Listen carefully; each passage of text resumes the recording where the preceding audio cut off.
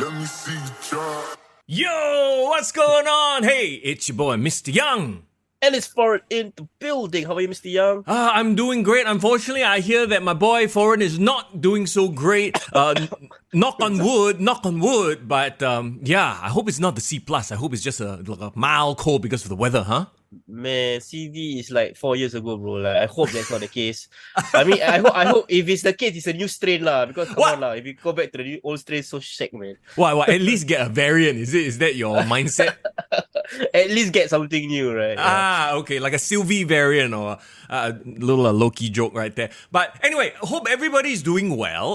Let me shout out to some of the people in chat right now. Make John Mouse, good to see you. Jason's good to see you as well. As you know, we sort of gathered together once again here on this Tuesday afternoon to talk about wrestling. So much to talk about. A little bit later on the show, we are going to chat with the one and only. Yeah, I can't do it lah. Only he can do it. Yes, of course. I mean, Statement is like a multiple time appearance in our podcast at this point. And but it's always a fun experience and interview. Oh yeah. I mean, most of the time he's either hungover or he just came from a party, but which makes for a really fun interview. But I must say, he is the very definition of living his gimmick. You know, wrestlers being larger than life, partying hard. Yep. He's the Ric Flair of Singapore. Woo! Only he's not woo. He's Ia.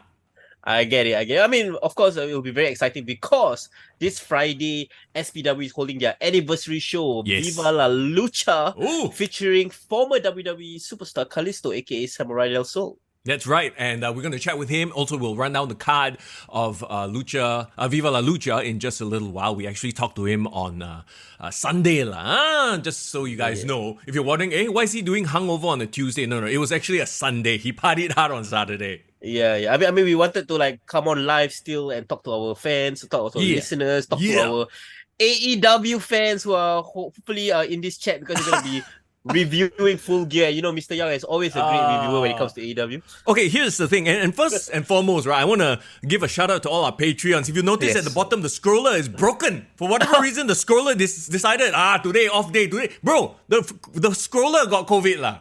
Ayo, the scroller, it was going to be a Full Gear review. He's like, fuck it, it's all good. He's like, I'm out of here, bro. I'm out of here.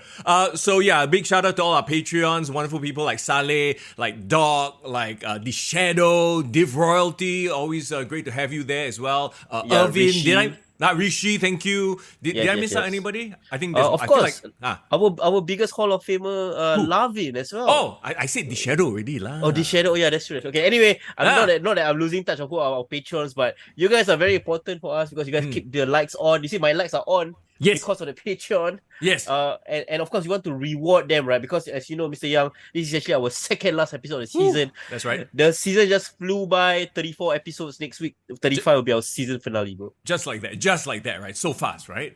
And I just realized also how crazy I think our lives play into this as well.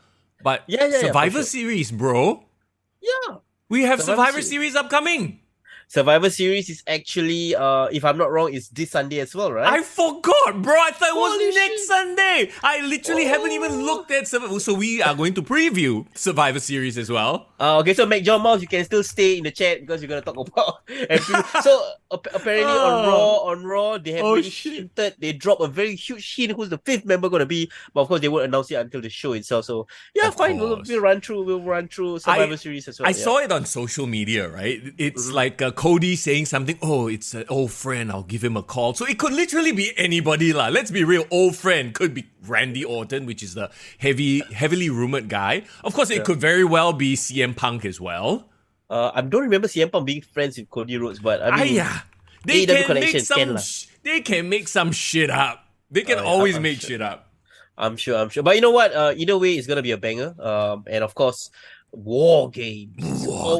It's always awesome, right? Hey, why don't we just jump into it since we're talking about Survivor Series right now? Let's just very quickly jump into it because, it's top of mind, right? Yeah, sure. This is upcoming on Sunday morning. Rain is falling, yeah. Gunther versus The Miz.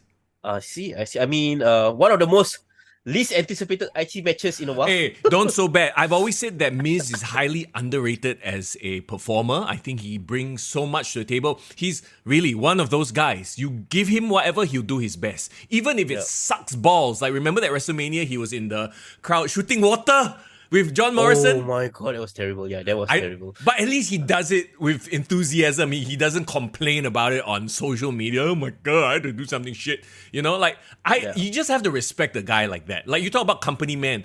He's a company man. Yeah, he truly is a company man. And of course, like, for me, I've always found him as an unnatural babyface. It's very hard to switch, to cheer for him in that way. But one thing I must give credit for, like you said about the Miz, I think he can insert himself and what's the word? Like apply himself fully to whatever role. So yeah. He's a great utility player, and every company needs a utility player. You can have your stars, yes. You can have your job guys, yes. And you have your utility player.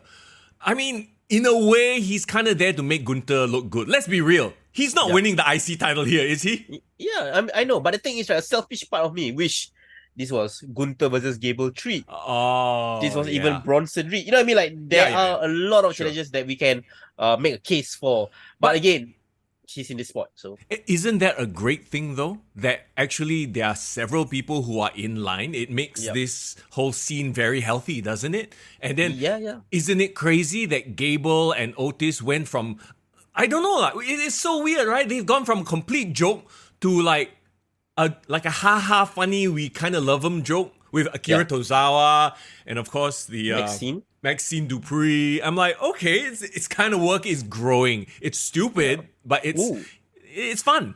Yeah, I'm on the Twitter machine concurrently, right? Of course, I literally just saw Cody posted a tweet. You know what he says? What do you say? Master and Apprentice. Oh, Master and Apprentice. Wait, was Randy ever his mentor? Bro, Legacy, bro. Legacy. He was, okay, that was probably around the time we weren't watching WWE, bro. But yeah, they were literally in a faction together fighting against DX. Giveaways, yeah. What if, bro? Yeah, is Ted DiBiase Jr. I think he will be coming in from prison, bro. Oh, is he in jail for? No, he kena fraud case with his father. Remember, like a embezzlement.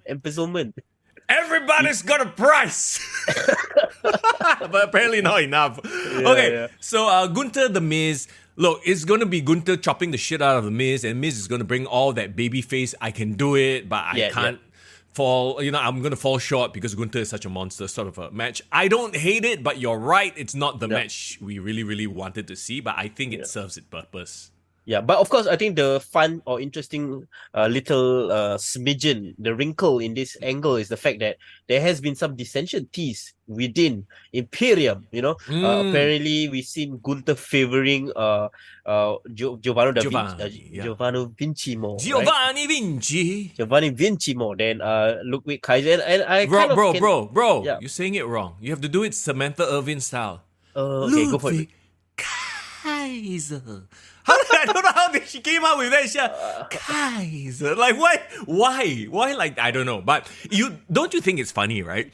Giovanni Vinci is in NXT. He was the guy doing the I'm a model, I'm very handsome. Yeah, I remember this. And then now it's Ludwig Kaiser doing that role in the main roster. What's up with that? We're just waiting for Gunther to do that role as well. That would be perfect. Bro, Scully. Oh, no. If this were Vince McMahon running the show, they would be the models. They would all be like, European models. Gunther, the European model. Like, No, we are so glad that's not the case. So there will be a very interesting wrinkle in this match. Is there going to be more dissension teased? Is there going to be a turn? Because, Kaiser has been getting some cheers. People are liking him as a singles wrestler. So that will be interesting to look out for in this match. I mean, like you talk about how he's getting cheers and stuff like that, right? Like Kaiser versus Gunther would be just a great turn for him. You know what I mean? Indeed. And of course, the whole point of a faction to me is always you need to build stars within the faction, Yeah. You got to elevate. It can't just be the Gunther show. You got to see some personality from Kaiser, from Vinci, and eventually people will start to love them and support them as well. Imperium Model Agency IMA, I love it. Make that happen. See, here's the thing though. IMA. Here's the problem though. Giovanni Vinci does seem like sort of the third wheel, like he doesn't stand out at all. Whereas, yes, Ludwig Kaiser has been standing out. So cool. You got Gunther, who's already a star, right? You make the Ludwig Kaiser out of this whole program, and I think that works. But I still think that Imperium has ways to go. I like them as a dominant faction, you know? Yeah, I want to see them at Royal Rumble. Yeah. Hopefully having an implosion in the match. I think that'd be fun. Maybe. Yeah, All right. Rhea Ripley versus Zoe Stark for the Women's World Championship. Yeah, it's not. This is just like Gunther versus The Miz, right? Talk about throwaway, bro. Yeah, there's no way in hell Zoe Stark is picking up the victory here. Like, I get the whole vibe of like, she's intense, but there's something about her promo that just doesn't work for me. Let's be honest. Have you seen her promo from last week with Rhea Ripley? Yes, it's flat. There's no energy. It sounds fake. Whereas Rhea sounds natural. She's a natural, right? We talk about Rhea might just be the best worker right now, both male and female. But I've heard, right, of course I don't follow NXT as much as you, but even in NXT, the biggest problem with Zoe Stark is her lack of personality, right? She's always had a lack of personality. That's why when she got called up to the main roster, I'm like, huh? She ready, man? Like, in ring, she's okay. She's not horrible, but she's okay. But yeah, on the mic, it's like, oof. And, they brought her in with Trish Stratus to give the rub. Do you think that even worked at all? No, it didn't work to any extent, in my opinion. Speaking of people who didn't get the rub and didn't capitalize on it, shouldn't you think that Shayna Baszler should be in this position? Because didn't she beat very convincingly, I might add, Ronda Rousey? Yes. So why is she not inserted in this position? Because we know at least Rhea got that respect from the fans. Yeah. And she does have a better promo than Zoe Stark. It would be more compelling match with Rhea Ripley, in my opinion. You mean Shayna, Shayna, yeah. Shayna, mate. Yeah. And yes, she's better on the mic as well. So, I don't know, like Shayna is busy doing all this extracurricular fun stuff with the YouTube stuff. So maybe that has become her role and they don't see her doing anything. I don't know what it is. But yeah, she had like such a... And there was a point, remember the Rumble where she almost won and people were like cheering for her to win? Yep. I recall. No, she did win, Mr. Yang. What are you talking about? Huh? I thought Charlotte won the Rumble. No, she won the 2021 Rumble. Wait, was it? Wait, 2021 I forget. who won?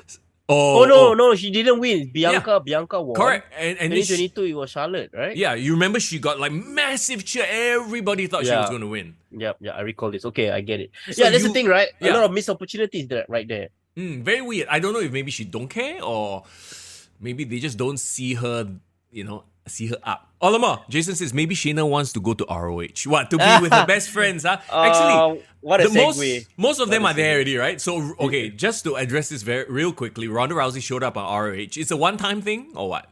It is a one-time. I mean, clearly Ronda is in her indie wrestler era. Yeah, she's been appearing in all these like LA promotion and stuff like that. She just go there to hang out with her friends. Marina Shafir is there. Who's the other one? Marina Shafir, sorry. And no, Jasmine Duke is not in any promotion right now. Oh, okay. Duke is not. It's just Shafir. But Shafir, of course, we all know that she's married to Roderick Strong, so they got a whole family there. Remember her promo? What did she say? I forgot already. It was a bad promo. I remember. It was talk about promo. Like there's bad until okay. Here's the thing. Would you rather someone promo like Marina Shafir? Like it's so bad you're like, what the hell is she saying? And you laugh. Yeah. Or Zoe Stark, who's just plain boring and unmemorable. Yeah, I mean that's the thing, right? Would you rather be trash TV that you can't look away from, or just middling TV that is like a boring draw? Like okay, nothing's happening. Honestly, I would take Marina Shafir just because it's so bad that you can't, like, you know what I mean? Yeah. You need a reaction either way. So the worst thing you could do is make people be ambivalent towards you, and I think that's Zoe Stark's problem right now.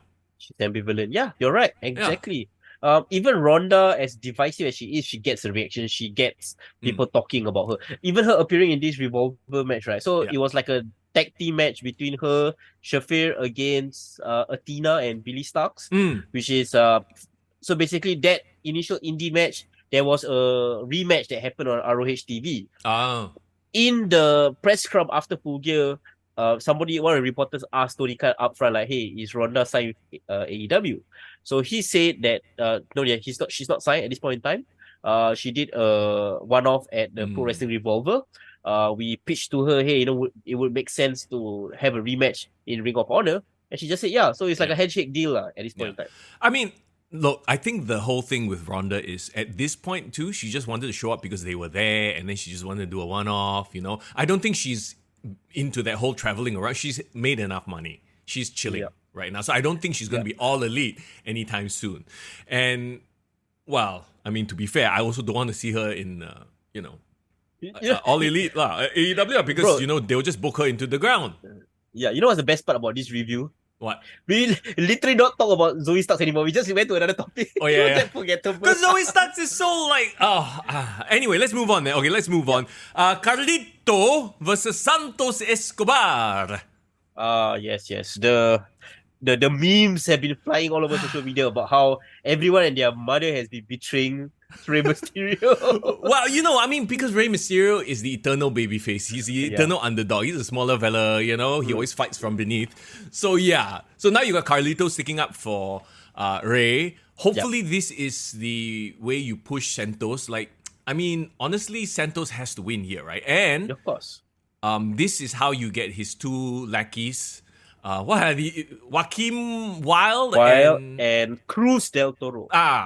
Okay, yeah, anyway, so Joaquim Wild, Cruz del Toro, that's where you get them to turn and then they say, screw the LWO, left Phantasma. Actually, no, man. I don't know. Maybe they just go heel as LWO. LWO is easier to remember. It's just a weird thing, right? Okay, this is super insider, nerd wrestling trivia right here.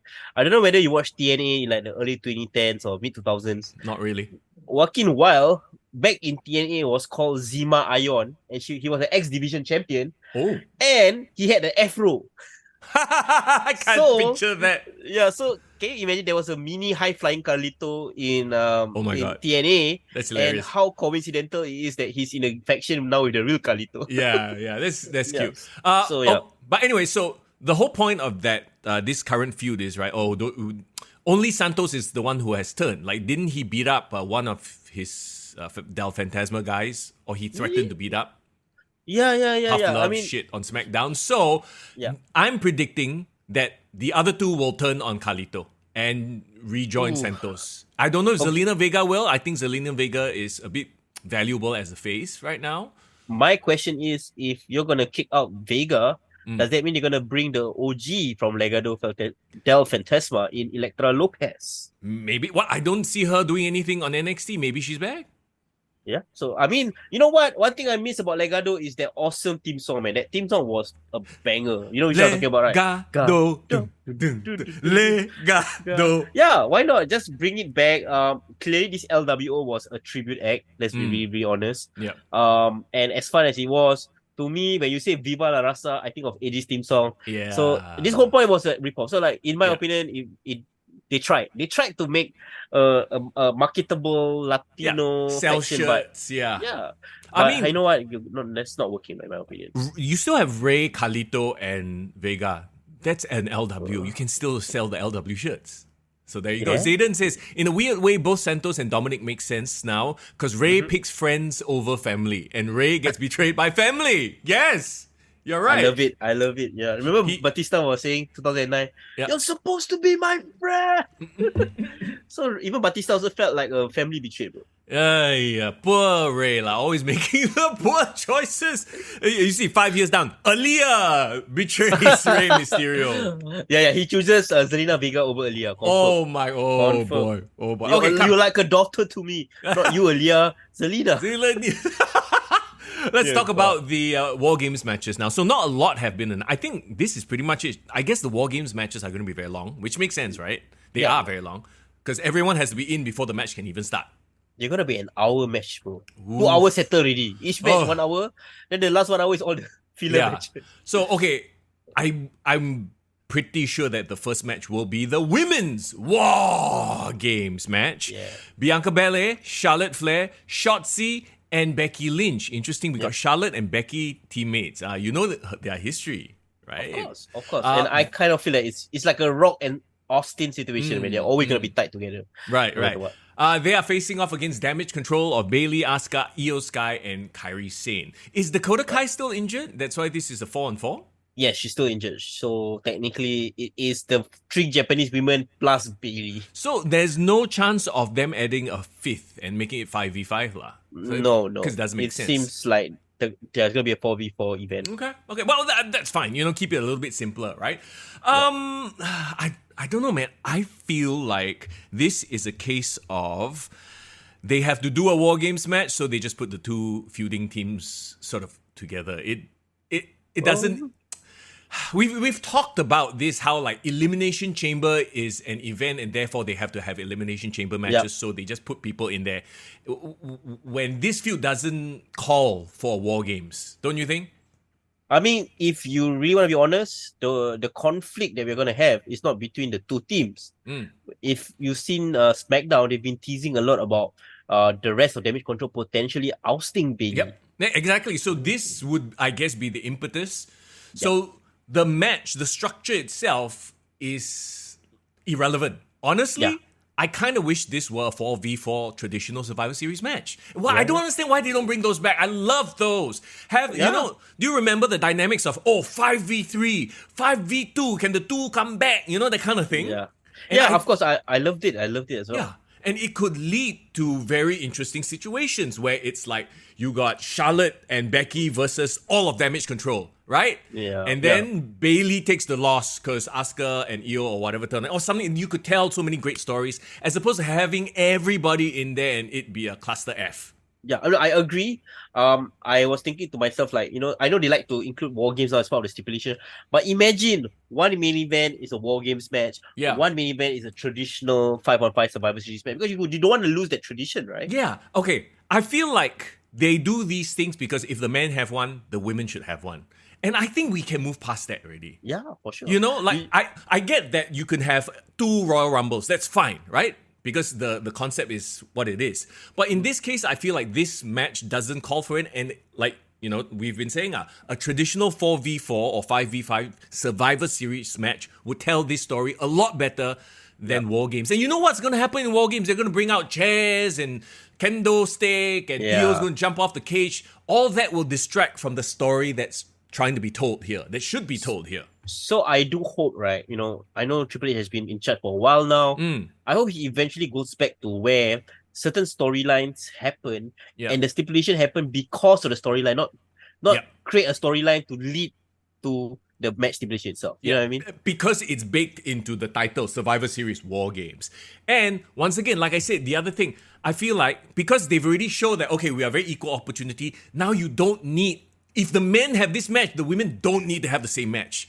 You know what I mean? Like, get out of that mindset of, Elimination Chamber must be one girl's one and one guy's one. Like, my favorite storyline has always been, right? Like, for example, you got 3 concurrent feuds happening in parallel, and then everyone's like fucking each other up. Yeah. And then people get so angry, and then the general manager say, you know what? Screw all of you, all 6 of you inside Hell in a Cell, Armageddon Hell in a Cell. Yeah, sure. Yeah, that makes sense, right? Yeah. They are doing it because the structure is there, because it's titled War Games, and because if the men do it, the women. It's a whole thing. Anyway. Shotzi has still been bleh to me. Bianca, we've talked about it ad nauseum. She's in need of a heel turn or character change, something. No, she has no edge. Charlotte is one of those like, I'm here, I'm a star. Also a bit stale, I feel. Charlotte is stale. She's like become John Cena. She's just we all know her for her character and that's it, right? Yeah. Becky, okay. Of all, I have to give Becky credit. She's trying to bring up all these girls. She did it in NXT with Valkyria, and now she's trying to work a program with Xia Li, who's still. Oh my God! Did you? Oh, you didn't watch NXT, did you? I have to. No, I didn't watch this. NXT last week. What's up? So NXT right now, the feud is Xia Li versus Lyra Valkyria. I see. Okay. And so before their match, I don't know if it's a pay-per-view or I forgot already.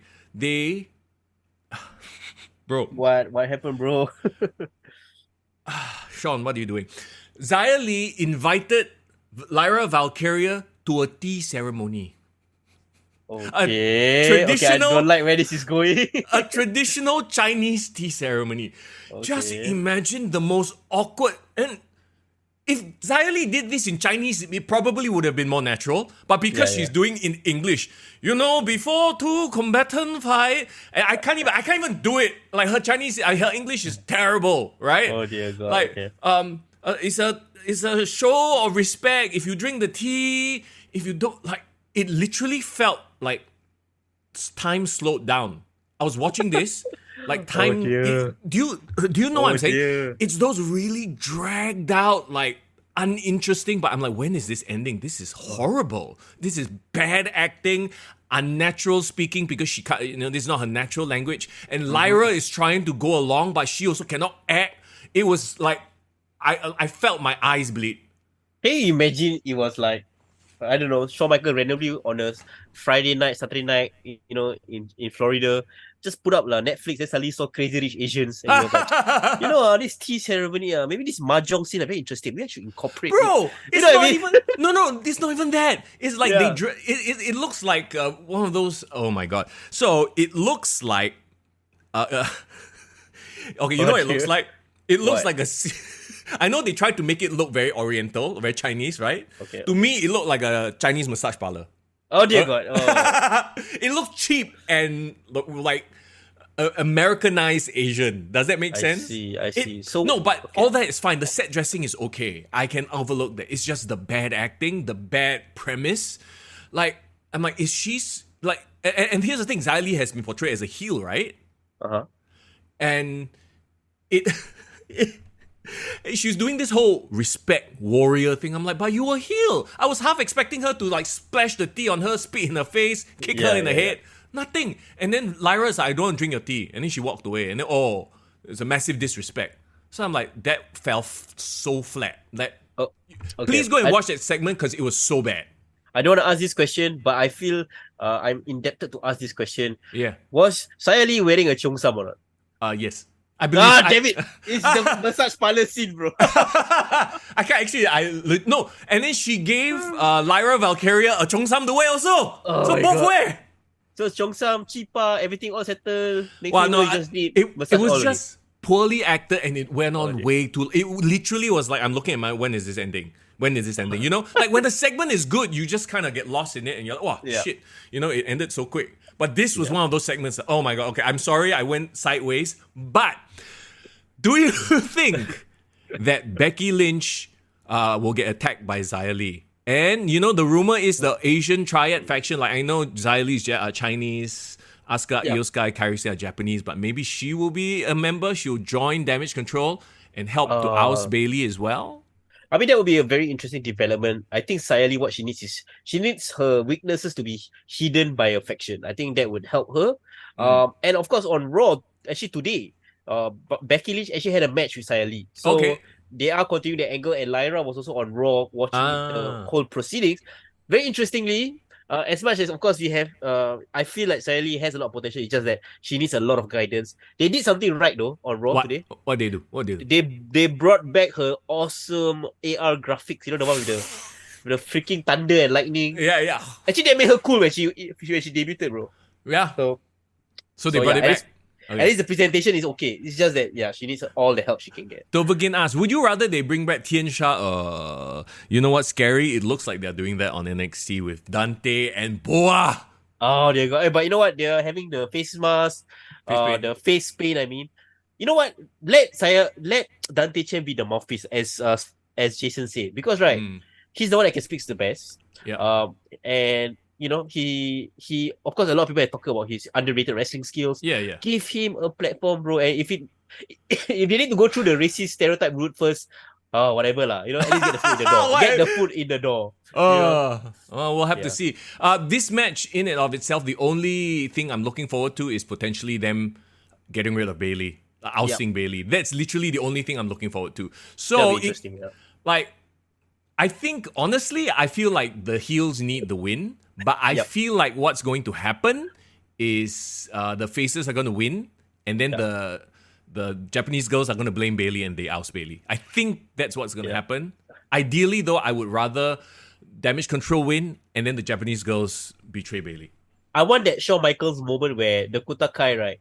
Yeah. Like she's like, "Oh no, what you guys doing? What you girls doing?" And then right in Bailey's face, turns on her and like joins with the Japanese. I think that was hilarious. I mean, Really okay, oust Bailey. Yeah. I guess there would be logic in that because then Dakota Kai could be the mouthpiece because, Yeah. Asuka, Io, and Kairi, they aren't great at English. So the problem here is Dakota Kai is not a great mouthpiece. I'm sorry, but every time Bailey she promos... was. Yes, Bailey Bailey was. was. Every time Dakota Kai promos, she's another one of those like Zoe Stark, like Tegan Nox. There's an issue with a lot of the mid to lower card women in the WWE right now. A lot of them don't have promo skills. Yeah. The ones who have are on top. Like, you Yeah. see people like Tiffany Stratton Yep. rise to the top. You see someone like Rhea even Ripley. even Roxanne Perez. I know she's not the best, but there's a connection there, right? Wait, Roxanne got babyface energy. Yeah, babyface I'm saying fire. that the connection is lacking. I think people like Tegan Nox, to be honest, Candice LeRae, Yep. lacking, bro. Candice and her husband, unfortunately. Get it? Yeah. So there you go. That's the women's War Games match. Let's talk about the men's War Games match, which, of course, it's funny. I'm looking at the Wikipedia listing, right? It says Cody Rhodes, Seth Rollins, Jey Uso, Sami Zayn, and Randy Orton. They know, man! Bloody hell. So is Wikipedia spoiling spoilers nowadays, or what's No going lah, on? someone probably edited that in or whatever lah. But okay, we got Rhodes, we got Rollins, we got Uso, we got Zayn versus the Judgment Day. That's Priest, Balor, Dom, McDonald's, and Drew. Yes. And of course, my favorite thing about this whole feud is that, to me, Drew has had the most realistic heel turn in a long time. Yes. Everything he does has been justified. Now I'm starting to hate Jey Uso, bro, because he did our man dirty, bro. like I really feel for him, for his intentions. Wait, can we quickly say also that they're doing such a great job of separating Jay and Jimmy, and Jimmy on SmackDown has been like hilarious as well. Like, Jimmy has developed his own personality. Yeah, him doing the yeet thing, and then suddenly he gets a call. I know it's a bit hammy, but like I think he pulls it off. And did you see that scene where he says, "No yeet"? I saw. He sounds just like Roman. Yeah, he's hilarious. I mean, the whole storyline of him trying to be Roman, be the guy who's the guy who, when Roman's not around, he's trying to run the show, but no one gives a damn. It's hilarious. Yeah, somebody's got to play that scheming or like slimy heel underboss lah. And I think Jimmy does a great job.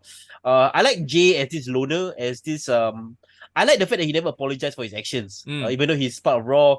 Like Sammy forgives him, but like he doesn't apologize to the rest, and the rest are pissed. So I think it's so realistic, and we need this kind of really human interactions lah in wrestling. Yeah, absolutely, because these are things that we can all relate to, and at the end of the day, that's why we watch wrestling, right? Yeah, I saw this one promo, like a backstage segment on Raw, I think last week or 2 weeks ago, between Sammy and Drew McIntyre, I believe, where they were talking about, like, I think Drew is telling Sammy, like, hey, why are you still standing up for this Jey Uso? Didn't Jey Uso betray you how many times? And then, like, to me, and the comment section kind of also agreed, right? That interaction felt like a real scene. Like, it felt like they are not acting it up for the camera. Like when you watch a good movie and it's a really great, compelling scene, you don't say like, wow, the acting very good. You were like, you're really lost. It's really like Black Panther having a human discussion with with his enemy, right? So like that kind of feeling. Yeah. Basically the complete opposite of that horrible Xia Li Valkyria scene, which I just talked about. Oh my god! Exactly. Yeah. And so everyone needs to get the Sami Zayn acting class. Taught by him. Yes, please. I mean, we don't even need to go into this too much because their feud has been ongoing. It's a culmination of several months of bullshit already. So that's great, right? It makes sense for them to finish it in War Games. Who wins? Yeah, exactly. Well, at the end of the day, the whole point is not actually the winner, in my opinion. I think the winner doesn't really affect situations. Okay. Because it's weird, right? Like you get, let's say it is Randy Orton. Most of us believe it's Randy Orton coming back, right? Randy comes back and loses? Cannot, right? He should get the win. He should get the win. You're right. Yeah. But like, I feel like Judgment Day need a marquee victory, like a big statement win. Yeah.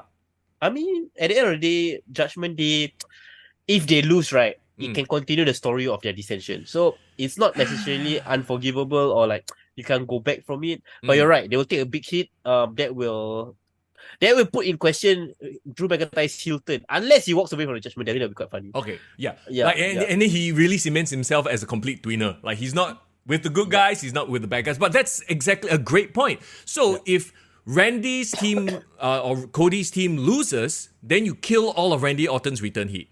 If Drew McIntyre's team Judgment Day loses, then you kill all of Drew's heel turn heat. So it's like both ways, you're kind of fucked.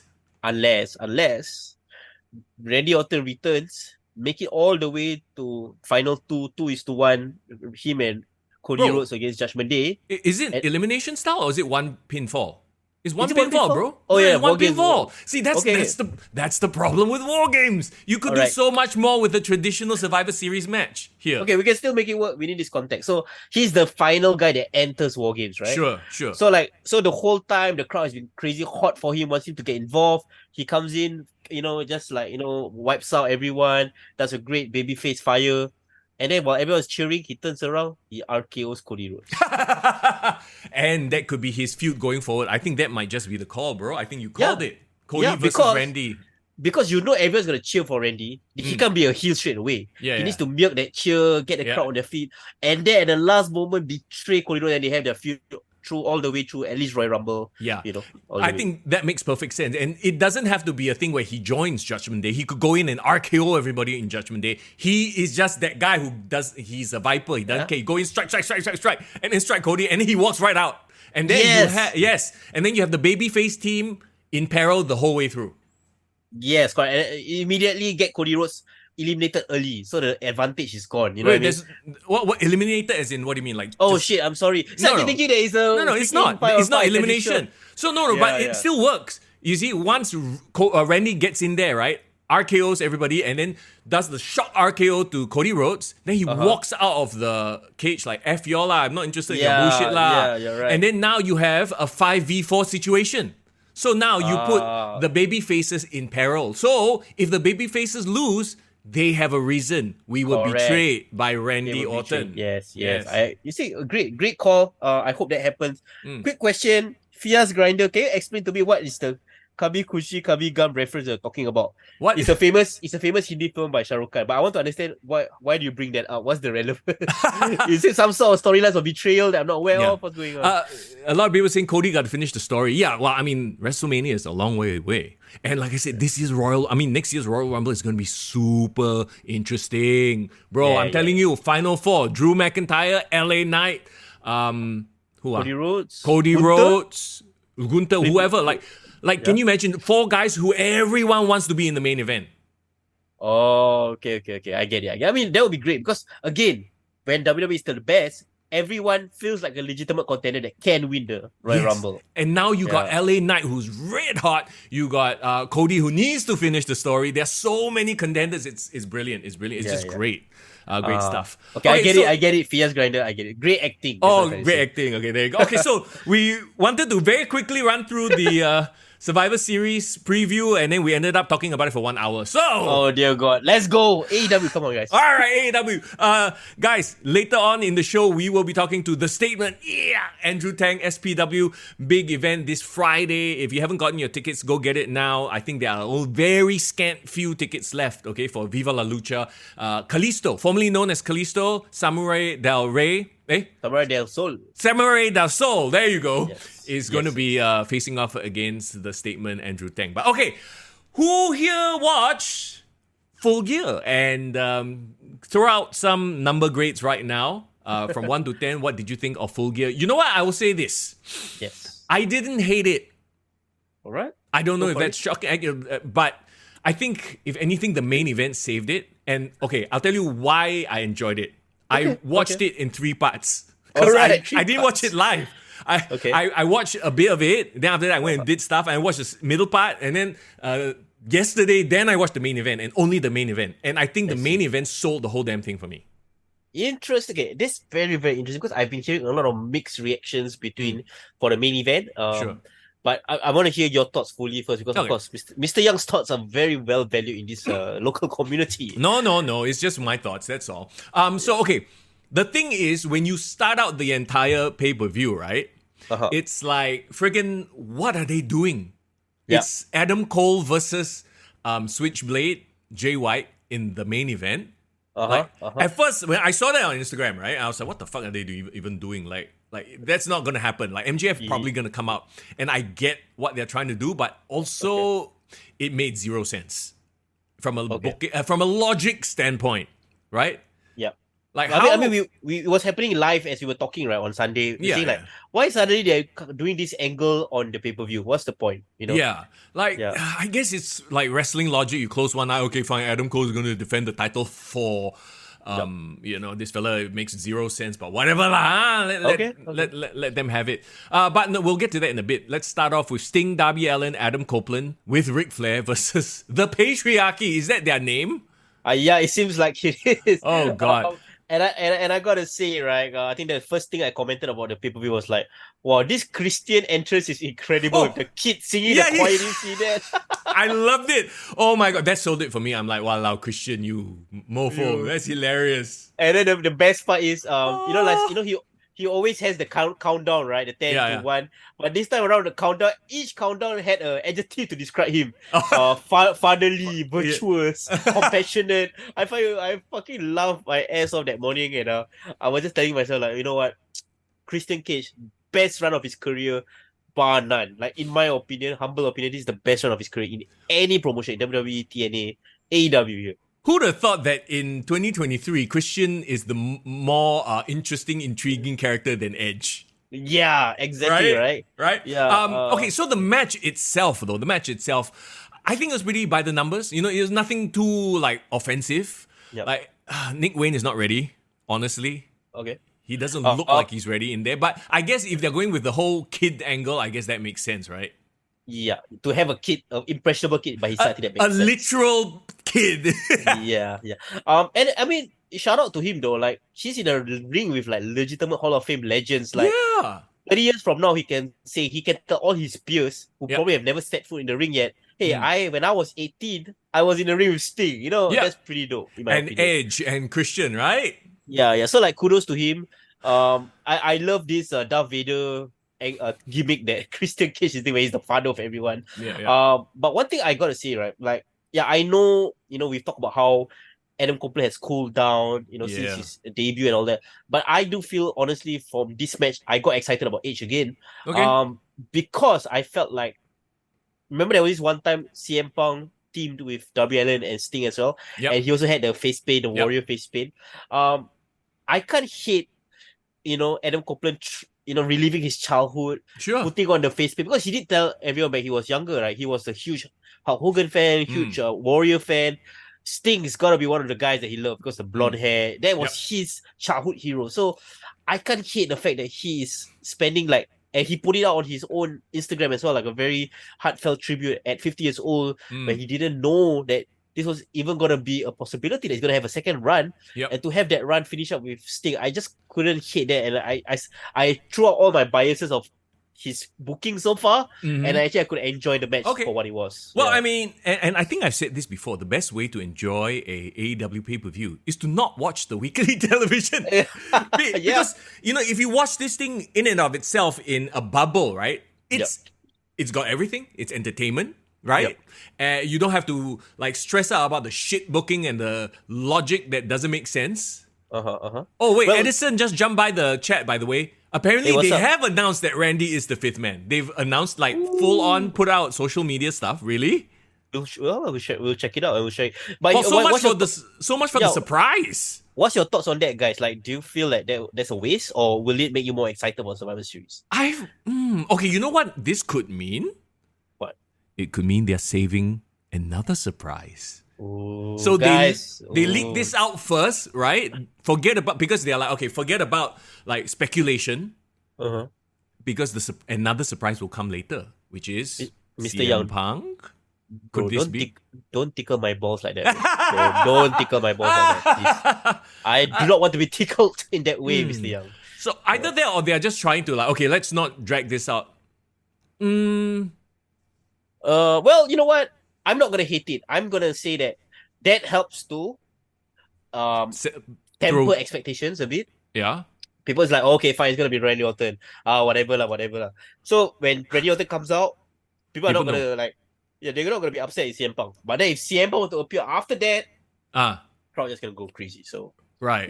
we shall see. We shall Huh. see. Interesting. Yeah. I feel like maybe the whole CM Punk thing might be me wishing a little bit too much. Fantasy booking a little bit too much. Okay. More than likely, like what you just said, this is to temper expectations. And yeah, Randy's gonna come in and turn on them lah, which is what we've talked about. I think that could be the surprise that they're trying to pull off. A heel turn unexpectedly. Yeah, Yeah. maybe that's the case.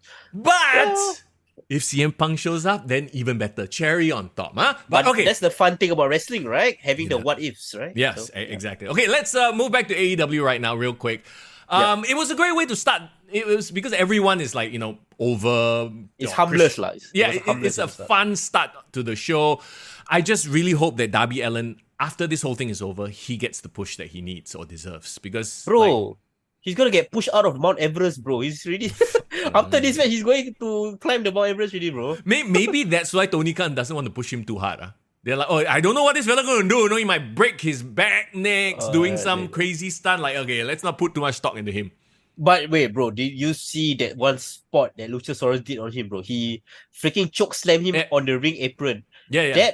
That was was- like he tried to break the back, bro. Okay, well, I mean, we've gone through that ad nauseum, lah. They don't need to take such risks, but it is what it is. Yeah. But you know what? At the end of the day, He's gonna Jeff Jeff Hardy his career, lah, basically. He's gonna jump off the Mount Everest, like clearly. Coffin drop from the top. Oh god. But Adam Copeland touching. Okay, touching is the wrong word, but laying hands on Christian Cage. Do you think it was a good idea in the context of this match? Yeah, I guess. I mean, the whole idea of separating them and having them blow off at like a one-on-one, that's out the window already. Like, they already touched each other, quote unquote. So forget it. Yeah, sure. Yeah, I mean, it would definitely still be a singles match at Revolution. I won't be surprised, but Yeah. I guess you're gonna break the cherry somewhere, right? Yeah, there you go. Okay, this one, I mean, quite honestly, I didn't really pay attention because it's it's Jon Moxley. And the funny thing is, right, I actually like Orange Cassidy more than Jon Moxley at this point. Like In Jon this Mox match? in this Or match, at yeah. this match? Oh. Or in general, right now, right? Yeah. Like Yeah. Jon Moxley is just like you bleeding for the sake of bleeding. Like this match did not. Oh, what do we think of Ric Flair getting involved? Are you surprised? And once again, it's our weekly plea to the gods of wrestling, and more importantly, Tony Khan, do not let this man back into the ring because he will want to. Yeah. Do not, please. Let him chop himself or let him get low blow at the ringside. That's fine. I think I can accept that. But please, no one-on-one match with Sting. No. First match in TBS in 20 years. Don't do that, please. Just Don't let the man rest. Yeah. Don't let him have a high tech in the ring. Oh yeah, please. Oh my god. Okay. Yeah. Woo! And then selling energy drink. He drinks his energy drink and suddenly got power. Okay, You know that, back- right? Like he's selling an energy drink, right? And the Woo energy drink. I wonder if we can get that in Singapore. And AEW is like the official distributor or some shit of Yeah. Woo energy drink. I was in Melbourne and Sydney, and both times I saw a Prime drink in the Prime. convenience stores. Yeah. So I don't know who. I think it might have still be just in US, but I hope they stock it overseas. We'll try it out for Oh ourselves. god. So they all know now WWE and AEW got the war of the energy drinks now. Okay, anyway, let's talk about Orange Cassidy, Jon Moxley. Once again, Jon Moxley bled in this match for no reason whatsoever. And we talked about this before. Like, you had matches later that had blood. Oh, there was one with a lot of blood. If that was the only match that had blood, it would have been perfect. But no, Moxley had to bleed. Okay, when AEW first started, I was the biggest fan of Jon Moxley. I thought he's incredible. He's finally going to be free of the restraints of WWE. And I would say for a good 1-2 years, his 2019 run, his pandemic run, he was putting on great matches and he still looked like in good shape. Yep. But I don't know, somewhere along the line, okay, he took a break for his rehab. He came back, he still looked good. But in recent years, this past year, he looked like shit. He looked like... Maybe it's the dead, lah. Maybe it's the dead timing. You know? He looked like shit, and that's not the worst thing, but he doesn't sell. Yeah. Which is the quintessential thing of wrestling. Like, so what are you supposed to be? An indestructible man? Like... put it that way. He really made Orange Cassidy earn his victory in this match. Like, he really... Like Thanos, he was really like Thanos trying to, make him feel indestructible in that sense. You're right, lah. Yeah, but look at him. It's Yeah. something. It's If it's he Brock were- Lesnar doing that, yeah, you that's understand. fine. Yeah. Not John Moxley. You know what I mean? Like, Yeah. I don't even want to talk about this match anymore. It annoyed the shit out of me. Okay, but to put a positive spin on things, Orange Cassidy really showed a lot of heart in this Yeah, match. yeah. And to be honest, I was invested in him retaining the title, and so all the story that it was being told was that Yeah. he wanted to prove that by beating Moxley, he deserves this second reign. Yeah. And I don't hate it lah. Like No. good for him. And This is his position. he kept the nonsense to a minimum. Yes, It yes. wasn't the fake kicks. John Moxley taunted him with the fake kicks. That works in that context. Yes, yeah, that works because it was like a psychological game. Yes. Like if I think the fake kicks has a place if it was used to taunt people or Yes. to annoy them. Yeah, so that's fine. Yeah. That's fine. So yeah, John Moxley needs to take a break. bro, is it a surprise that actually we don't hate this performance by Orange Cassidy? No, we don't, because like I've never said that he was a bad wrestler. It's just that his gimmick was ridiculous, and him with the the best friends. It's weird, right? Like I feel like a lot of these guys actually individually can probably do very well, but because they are weighed down by somebody else. Their And, gimmick, their friends. Yeah. There's another guy in just a bit we're going to talk about who's weighed down hugely by his friends, and we'll talk about that in just a bit. But okay, let's move on. Timeless Tony Storm. I know you enjoyed this one. Versus Hikaru Shida, a brand new AEW Women's Champion. Okay, can I just say, right? Like, what is up? I don't know. Like, I've never hated the way Hikaru Shida wrestled, but in this match, I just felt like, like I just don't want to see her wrestle. I mean, okay, I think it's very hard to stand out when like there's a lot of great Japanese wrestlers, women wrestlers in WWE.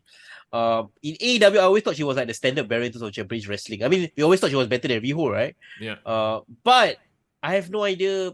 Recently, it feels like a lot of the characters, the women characters, are being cold, like the OGs. Yeah. People like Britt Baker hasn't been Nope. interesting or relevant recently. Hikaru Shida seems like on the way down.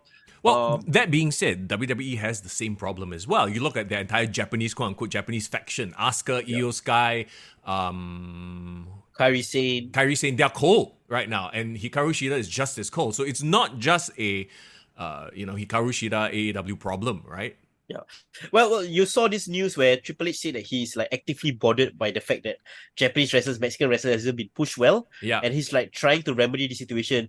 Of course, the way he's been pushing Shinsuke Nakamura with the subtitles, I think that's a great way to let them be themselves, speak in their language, has come across as menacing, right? Yes. Yeah. I feel maybe that's the thing with Hikaru Shida. I'm not saying that she needs to speak Japanese and all that, but something about her feels like she's still performing her character as opposed to really being herself. Does that make sense? Yeah, it makes sense. And it probably doesn't help that they have nobody to really coach them, to, guide them, right? Like, so she's just doing what she does. And, it's just, I mean, this was inevitable. It makes perfect sense that Toni Storm, who's super hot right now, not just, you know what I mean? In terms of like character investment, that she would be winning here. Yeah, I mean, Jason, I agree with you. I love her finisher. I love the katana kick. But come on, bro. Was it any surprise that Timeless Toni Storm, in her supposed homecoming to Hollywood, becomes a champion once more? I mean, her gimmick, she really got the gimmick perfectly down pat. Yes. No, this is a really perfect case, obvious showing of it's not just good enough to be a wrestler. You have to give people a reason to give a crap about you, right? Yeah. And, sure, some people might say that the whole Timeless thing is a bit like over the top, but that's the point, And, there's this like, some people are playing a character, you can tell they're not invested. Whereas Toni is like, she's so into it. It's like, okay, you've crossed that line of hokey to she's so into it, is this kind of intriguing. It's kind of like when Matt Hardy did the whole, what's that? Broken. It's like, it's so ridiculous that it's like, okay, but he's totally bought into it. He's really mad. You kind of buy into it as well. I feel like that's what we have Toni. Whereas with Hikaru, it feels like she's just there. And her gimmick is Japanese. Yeah. I mean, which I've always said, it's not a gimmick. Yeah, I mean, that's the lesson here, right, for wrestlers and for wrestling fans, right? You can get anything over, right, if you yourself believe in it enough that everyone gets bought into. Like Chris Jericho, best example. He got over a freaking a list, right? Yeah. a freaking list with a pen and a freaking checkboard, and then it's like Yeah. because he believed it, right? And he was so invested in the character. And I think that's what makes the best gimmicks work, lah. Like you will never look at Stone Cold and don't think, yeah, that guy legitimately loves to drink, Yeah. loves to raise hell, Yeah. that kind of thing. And you look Yeah. at The Rock, you don't believe he is not a jock, a Yeah, fucker yeah. who like tease people. So yeah, you gotta have that in your character, lah, per se. So perfect example. Let's move on. 4-way tag team ladder match. I don't know if they needed to add the ladder stipulation, honestly. But Ricky Starks, Big Bill, they defended their titles again. La Faction Indommable, FTR, and the Kings of the Black Throne. Yeah. Okay, was it just me, or did Malachi Black kind of just fade into the background this whole match? Like, I feel like he took a step. He wasn't the main highlight in this match. I think Brody King had a few cool moments, cool spots in this match. The Gonzo bomb was dope. Okay. The worst case scenario is was going to be a train wreck. No psychology. It's just going to be just a train wreck, right? Best case scenario, to me, the best Money in the Bank ladder matches always felt like, yes, it was spot heavy, but it highlighted certain wrestlers. It highlighted certain feuds, or it gave people someone to root for. You know what I mean? Yeah. So in this match, I think I was leaning more towards the latter. I felt like this wasn't a train wreck. I thought it was actually well planned out. Like the spots weren't overly choreographed. Let's be honest. Like it was okay. It was okay. Yeah. It felt like a WWE style Money in the Bank. I was just about to say that. Yes, it does. Right. It does. And like to your very point, it didn't feel like acrobatics. It felt like, they're using, and some of it had to be set up. Yeah, we get it, right? Close one eye, that kind of thing. But it didn't feel overly choreographed. Yeah. Like a bunch of people we will talk about in a bit. Well, here's the thing, right? They had flippy shit in this match, Sure. but they only limited it to one guy, which is Realistico. Because it's his style. He's style, a lucha. yes. Yeah. But actually, I like LFI because it's not both of them flying around. Rouge is still like the badass brawler guy. Yeah. And his brother is the high-flying guy, right? And I think this match works, even though it was a ladder concept, because every other team had a different style that is not just like flipping around. Like, of course, Kings of the Black Throne, Malachi is a striker. We had Brody King as the big giant, right? Same as well for FTR. Big Bill, Big Bill and Ricky Starks, because Ricky Starks is more of like a charismatic wrestler. He does high flying stuff, but it's always limited. His charisma is the thing that stands out. And I even enjoyed Big Bill and Brody King's confrontation with each other. It was really cool. And to me, FTR was the glue that held everything together, kind of kept things sticking. So yeah, the chemistry actually between the four teams was really, really good in my opinion. Yeah, I enjoyed this match. I mean, it wasn't. At the end of the day, of course, you want to see like less bullshit. You know, did they really need to make this a ladder match? And they announced it pretty late, if I'm not mistaken. They literally announced it like the week before, or even less than the week before. Perhaps. You're right. I mean, if they wanted to showcase a tag team, they could have done a better job, like planning out everything. But again, if you want to use this same criticism, WWE literally has WrestleMania showcase matches with 4 tag teams randomly put together as well. So Sure. It's still okay. That's why I say if you watch this in a bubble, it's fine. You then don't have to worry about the fact that they literally threw in the ladder stipulation a few days before.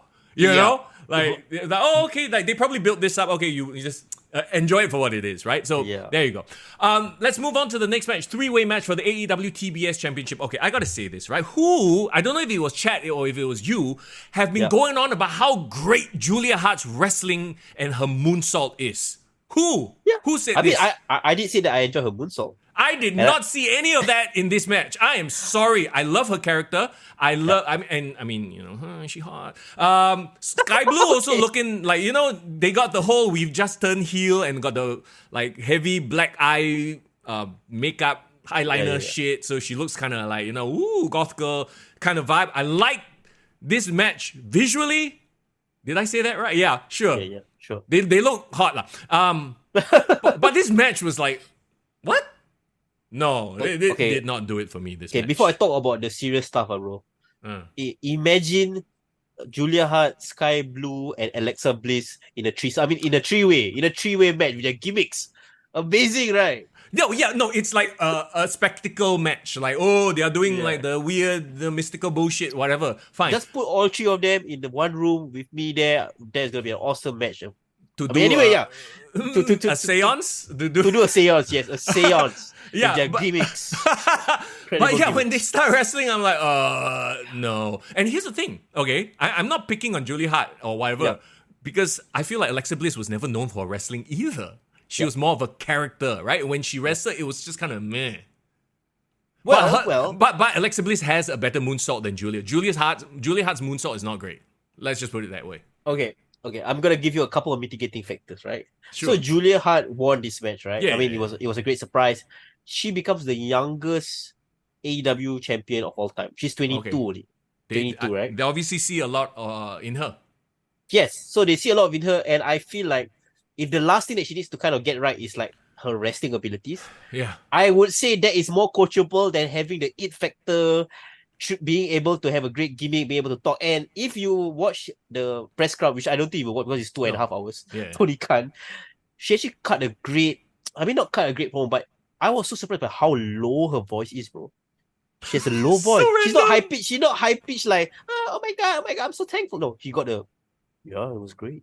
Maybe. So she actually made her even more menacing, bro. Okay. So Bro, she got that vibe that I feel like I can look past her wrestling at this point in time because can she can look grow past- into it. I don't know, bro. I'm a bit burned already by y'all telling me how great she is, blah blah blah, how she's improved. I'm like, okay, I don't know what y'all Let's been look at the chat. watching. Let's look at the chat. See whether they defend her like me as well. No, Jason's like, I want to see more Julia Hart on TV. Sky Blue also can. Yeah, it has nothing to do with their wrestling ability though. But okay, like I'm willing to forgive Julia Hart in a wrestling context. Stop. Okay, but no. I can't look at Stacy Keibler and like, oh man, I want to see her wrestle. You know what I mean? No. Oh, well, that was a different era where they were Okay, not fine. judged based Fine. on their wrestling, but based on, the sort of blatantly sexual content that was put out there. It's a different time, huh? Different time. Okay, Mr. Young, if you were to had a kid, right, when you were 21, right, she would be Julia Hart's age at your current age right now, bro. How you feel about it? That is very weird, and that's why I would rather focus on their wrestling skill than anything yeah. else here. Okay? Yes, And, indeed. it made Chris look like damn lame also. Like, Actually, I didn't like Chris Statlander's outfit today and gimmick. Because I thought she was a badass. She came back from an injury and beat Jade Cargill. She looked like a pretty badass looking wrestler, but she reverted back to her best friend's kind of vibe with the headband and like the tracksuit. I wasn't digging her look as well. So Chris Statlander is another one of those I think really needs a lot of help in terms of her booking, and we all know that is not Tony Khan's strong suit. So it is what it is. To be honest, yes, congrats, Julia Hart won the TBS championship, but that championship means nothing. If they want to keep the TBS championship to like a developmental championship where it's like all the girls who feel like they need some time to get better to go to the main women's title scene, I don't mind. You know what I mean? That's called the Ring of Honor championship. No, but that's the thing, right? The Ring of Honor Women's Championship actually is held by a really great wrestler in Latina, so it's kind of backwards, in my opinion. It is what if it is. nothing else, they should highlight Latina on AEW more than the TBS Championship. Fias says Julia Hart is eye candy, and don't forget she's from Rumah Hitam. What is Rumah Hitam, bro? House of Black, bro. Oh, okay, Rumah Hitam. Malay 101, guys, for everyone. Today we learned something, huh? Yeah. Okay, let's move on to okay, let's talk about it. Okay, Swerve Strickland with Prince Nana versus Hangman Adam Page. Love the entrance. The entrance was hilarious with Prince Nana dancing. It was great, right? Yeah. It was gruesome, and I don't know if it crosses a line of gruesome for the sake of gruesome, becoming like a bit like, I can't watch this, but maybe that was the whole point, right? Okay, the funny thing, it's not the staples, it's not the horrible bumps that they took, but it was Hangman Adam Page drinking Swerve's blood. I saw that thing where he like, I was like, like that actually really turned me off this match. Oh yeah, bro, that to me, right? And then he blew it out and he poisoned beast himself. It's like yeah, bro. It's so hard to talk about this match because, right, I might have COVID symptoms right now, so it's very hard for me to talk about this No, match. yeah, no. Whenever Because, okay, blood, see- yeah, Yeah, because COVID, like during COVID, right? They stopped the Hangman's gimmick where he was like drinking people's cup. yeah. So I thought it was the end of his like hygiene issues, lah. But this this match, right? Like to me, right? The first 10-15 minutes of the match almost turned me off from actually enjoying the match. Yeah, it was very uncomfortable. It was just Yeah. the amount of blood, and I thought they weren't supposed to bleed and go into the crowd. I thought that was a rule. No, I mean you're talking about like the unofficial rules, is it? No, remember that was the code of conduct, whatever rules that Tony Khan had put out. They're not supposed to be bloody, and go into the crowd in case the blood gets on people. And they were right there in the front row, friggin' with the crimson masks. Okay, you know what? Before we talk about our opinions, I just want to shout out to our patrons and also our Discord channel. Talk about some of the reactions from our Discord members in the chat about this match, right? Okay, so Gaddafi, who's of course a well-known AEW fan in our community, finally caught full gear. Swerve Hangman was insane. It might not be for everyone, but both dudes laid it all out on the line. Thoughts on that? See, this is the issue with like AEW, right? They take unnecessary bumps in matches that don't necessarily mean a lot. I will say that they did build this up.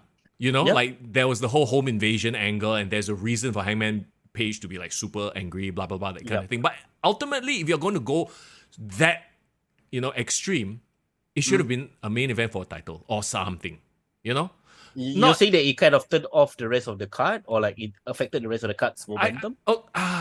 See, here's the thing. I watched this in parts. I didn't watch it in full. Yeah. I wonder if in full it would be a different experience or not. Like, yeah, this was a lot. Like, it took up a lot of energy to watch. And like you said, the first part of the match was actually very uncomfortable to watch. And this is coming from a guy who loves horror, by the way.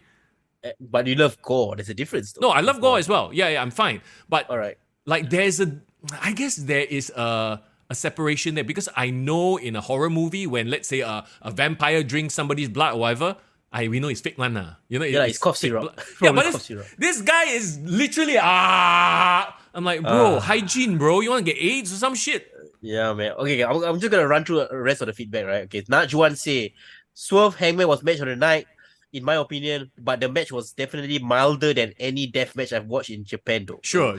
I have no idea what's happening in Japan, man. It's Japan, though. Like, these people are dropping themselves on their heads and necks. Yeah. Nico says Japan and US have different standards and regulations for death matches. So he's also trying to make the point that, maybe their expectation of a death match is crazier. Yeah. And Rishi's last comment, I finally watched Full Gear, and yes, Swerve Hangman was crazy. Yes, the feud deserves the intensity of this match, though I think some spots maybe no need, safety first. Yeah, probably the blood stuff, right? Look, the staple stuff, I was okay. Like, it was a great visual. Like, I throw back to, remember Batista versus Triple H. They were doing gruesome things that make you cringe, but at the back of your head, it's safe. Pulling out the nose ring. There are ways of doing those things safely, right? The staple, I'm like, okay, like, it seems like it probably hurts, but it's safe, right? It's like a thumbtacks, right? Thumbtacks, the wrestlers always say, right? Thumbtacks is a terrible sport. Yeah. But it doesn't hurt you like a broken leg or like a, you know what I mean? Or getting a blood disease. Blood disease, that one next level. But okay, so that's the thing, right? If to me, they skip all the drinking blood thing, they did the staples, and then they move on to the rest of the stuff. Even the barbed wire, I could still fine. Yeah. My enjoyment of the match was still okay, Yeah. But it threatened to turn me off as well, like what you said, Mr. Yao. Yeah. The 450 on glass. I'm okay. See, here's the thing too. Like, you 450 on someone's back. Well, this is the back, right? With full of glass. It's the back. And then your chest got no blood. Obviously it's sugar glass. It kind of F's logic a bit there. Yeah. Well, I mean, whether it is or not, I get him trying to create a lot of animosity and like having a lot of violence on the guy. Yeah. For some reason, right, when I was watching this match and I was seeing like Hangman beat the shit out of Swerve, right? What's the first thought that came to my mind? What? Django Unchained. What the Oh no. I'll just leave it right there. Right. I was just thinking like, wow, this scene really from Django, like freaking Leonardo DiCaprio beating the shit out of Jamie Foxx. Jamie Foxx, yeah. A bit too much, Interesting. No, and then it was an interesting spot, right? To Jason's point, where Hangman got hung. Oh yeah. I mean that was a bit scary. I mean, of course, you always say all these hanging segments always get flagged back in the day. No, as but well. it's the white guy getting hanged.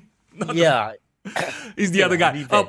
Tovakin brings up a very good point. Nigel McGuinness had to retire because he got blood disease from a match in which he bled. Wow, you see? Hey, can we very quickly shout out Nigel McGuinness, who did an amazing job as the heel announcer? Yeah. He's doing everything that Corey Graves is doing. Yeah. Wade Barrett. Yeah. It is so I love Nigel McGuinness on commentary. I hated Excalibur on commentary, especially in the next match, which we'll talk about. I don't know why, but his biasness really shone in the next match. It was, and then of course I can't remember. I think one of the first few matches, what's his face? Tony Schiavone was the lead guy, and he cannot lah. I'm sorry What happened to Kevin Kelly? Yeah, what's up with that guy? He's my favorite. You had a great lead call by play-by-play guy, you know? Yep. And you can tell Tony is trying to do more of the Jim Take Ross. the lead. The lead, but he cannot. And I would honestly rather Excalibur do it. Even though, Excalibur does the machine gun stuff. It's the lesser of two evils in your own way. You can tell Tony Schiavone can't keep up. Yeah, I mean, that's the thing. Don't put old people, no offense, old people in a huge high pressure spot. I mean, to me, someone like Michael Cole still can handle it because since young, he really had this. Yeah. No, Tony has never been that guy. It's not about age, it's about skill. And his skill set is not there. He's fine as an in-ring announcer. He's a great as an interviewer. Yeah, but not as a lead announcer. Cannot. I've always seen him like a Mean Gene kind of character. I thought he can do Mean Gene well, but Mean Gene was never a commentator. Announcer. Commentator, yeah. Okay, let's very quickly wrap up Swerve, Hangman. Ultimately, did I enjoy the match? Yes. But like you said, to your point, it's a very good observation. I enjoyed it after the first 10 minutes because the first 10 minutes, for whatever reason, was really a turn-off. Maybe we just got desensitized. Well, my thoughts on this match is this is very it's very surprising for me to kind of be honest with myself and say this, right? But this actually rehabilitated the Cowboy Hangman Page's character in my eyes. Yeah. In terms of okay, whatever his issues with CM Punk, aside, right? I mean, of course, my bias for CM Punk will always be there. But I've always thought he was stale especially the last 1 year. He hasn't been doing shit. So if nothing else, right, this Swerve Strickland rivalry brought out in him that fire, that edge, that badassness that he was missing for the longest time, which was the reason why a lot of people like him in the first place. So even though he lost, kudos on him because he is an upper main eventer in AEW, and I think he kind of elevated Swerve. 100%. Swerve looked like a monster in this match. And I think Swerve needs a title shot. Like a lot of people in chat, and I think a lot of people agree that Swerve needs a title shot right now. And you know what AEW is going to do? They're going to forget about him. And you won't see him for... This is freaking AEW booking. Swerve will disappear. You just watch. Now that we are all on the Swerve train, right? He's going to freaking disappear off into the side, don't know where. Okay, my faith might be misleading, but I have faith that remember my prediction from last episode? World's End. Oh. Everyone and their mother is going after MJF for his world title. Sure. Look, count on Swerve to be one of those guys, and it's gonna end up in a huge Armageddon Hell in a Cell match, bro. Okay, sure. I mean, yeah, he might be there, but he's not getting a focused push. He needs the focus push. That's what's important for him. Because I feel okay, we look at the lineup, the queue for the title. The queue, right? quite long. We got Samoa Joe. We got Warlow. We got potentially JY. I mean, we'll talk about him later, but he's definitely not gonna be over it. Yeah. We got potentially whoever the devil is gonna be. Yeah. We might even have a shock Adam Cole. If Adam he's Cole, healthy. Hilton, yeah. If he's healthy, yeah. We've already heard Ricky Stark say that he wants to eventually go back for the title again. And then now Swerve Strickland. So there's 7 people. You know what I mean? Yeah. That's great and all. But, okay, let's be real here. We earlier talked about the number of contenders in WWE, right? They are all main event contenders. Here, it seems like these are all upper mid-card to mid-card guys contending for the main title. Doesn't, like, you know what I mean? I get it isn't the same, and that's a shame because you had so many opportunities to make Wardlow a main event star, Hobbs a main event star, and they're all just like not capitalized on talent. Yeah, so we are cautiously optimistic of Swerve Strickland becoming a main eventer after this, but we won't put our hopes up. But that's what I'm trying to say. Okay, so it is interesting though, like with this pay-per-view, especially that match, right? They're obviously like the whatever the censors or the PG, whatever they don't care, right? So like moving forward too, like aren't they up for a TV deal as well? Like it's very interesting, It's very interesting to see how they can find themselves in a better spot to get their show somewhere. But we shall see. Let's move on then with the Golden Jets. Your favorite match of the night? Versus the Young Bucks. Oh yeah, it's absolutely my favorite match. You know what? Like every time the Young Bucks and Omega are in there, it's like I've seen this 1,000 times. It's impressive. It's athletic, but it's the same shit. Yeah. You know what I mean? It's like there's nothing new. There's no wrinkle in it. I don't know. To me, the Bucks are cold AF. And then at the end where they turn into these bratty, like annoying, like, Wing the chairs around. That's great for them. They literally fit that role perfectly as bratty heels, right? Okay, this was the match that I got ultra annoyed at, what's his face? Excalibur at. Because it's like, because obviously the Young Bucks are playing kind of heelish. Yeah. But it's like Nigel obviously sides the heels. Who else was calling this match? Taz. Talking about Taz, bro. Like when Taz tries to point out something negative about the Bucks because they are heels, you can hear Excalibur like trying to defend them. I'm like, what are you doing? You are the lead face announcer. You should be the one shitting on the heels for being bad guys. But he just can't help it because he's their best friend. This is why, right? When you have to separate business from friendship. Yeah, it really do. Like in this, at least in this industry, in this environment. Yeah. How are you gonna do your role well if you're gonna be defending your friends even though they are completely different roles from you? Exactly. No, I think it's not about you can't work with your friends. You just have to be professional about it. And when the time comes that, okay, they are the heels, you are supposed to swan them and put them, or not put them down, but, call out their BS, then call out their BS because this is your job. Yeah. Exactly. I cannot. And Dovahkiin says, I'm glad they're splitting from the Bucks. No. Splitting from the Bucks means he doesn't wrestle the Bucks anymore. He doesn't need to be involved with them at all. He should be in the main event going against MJF without the Elite.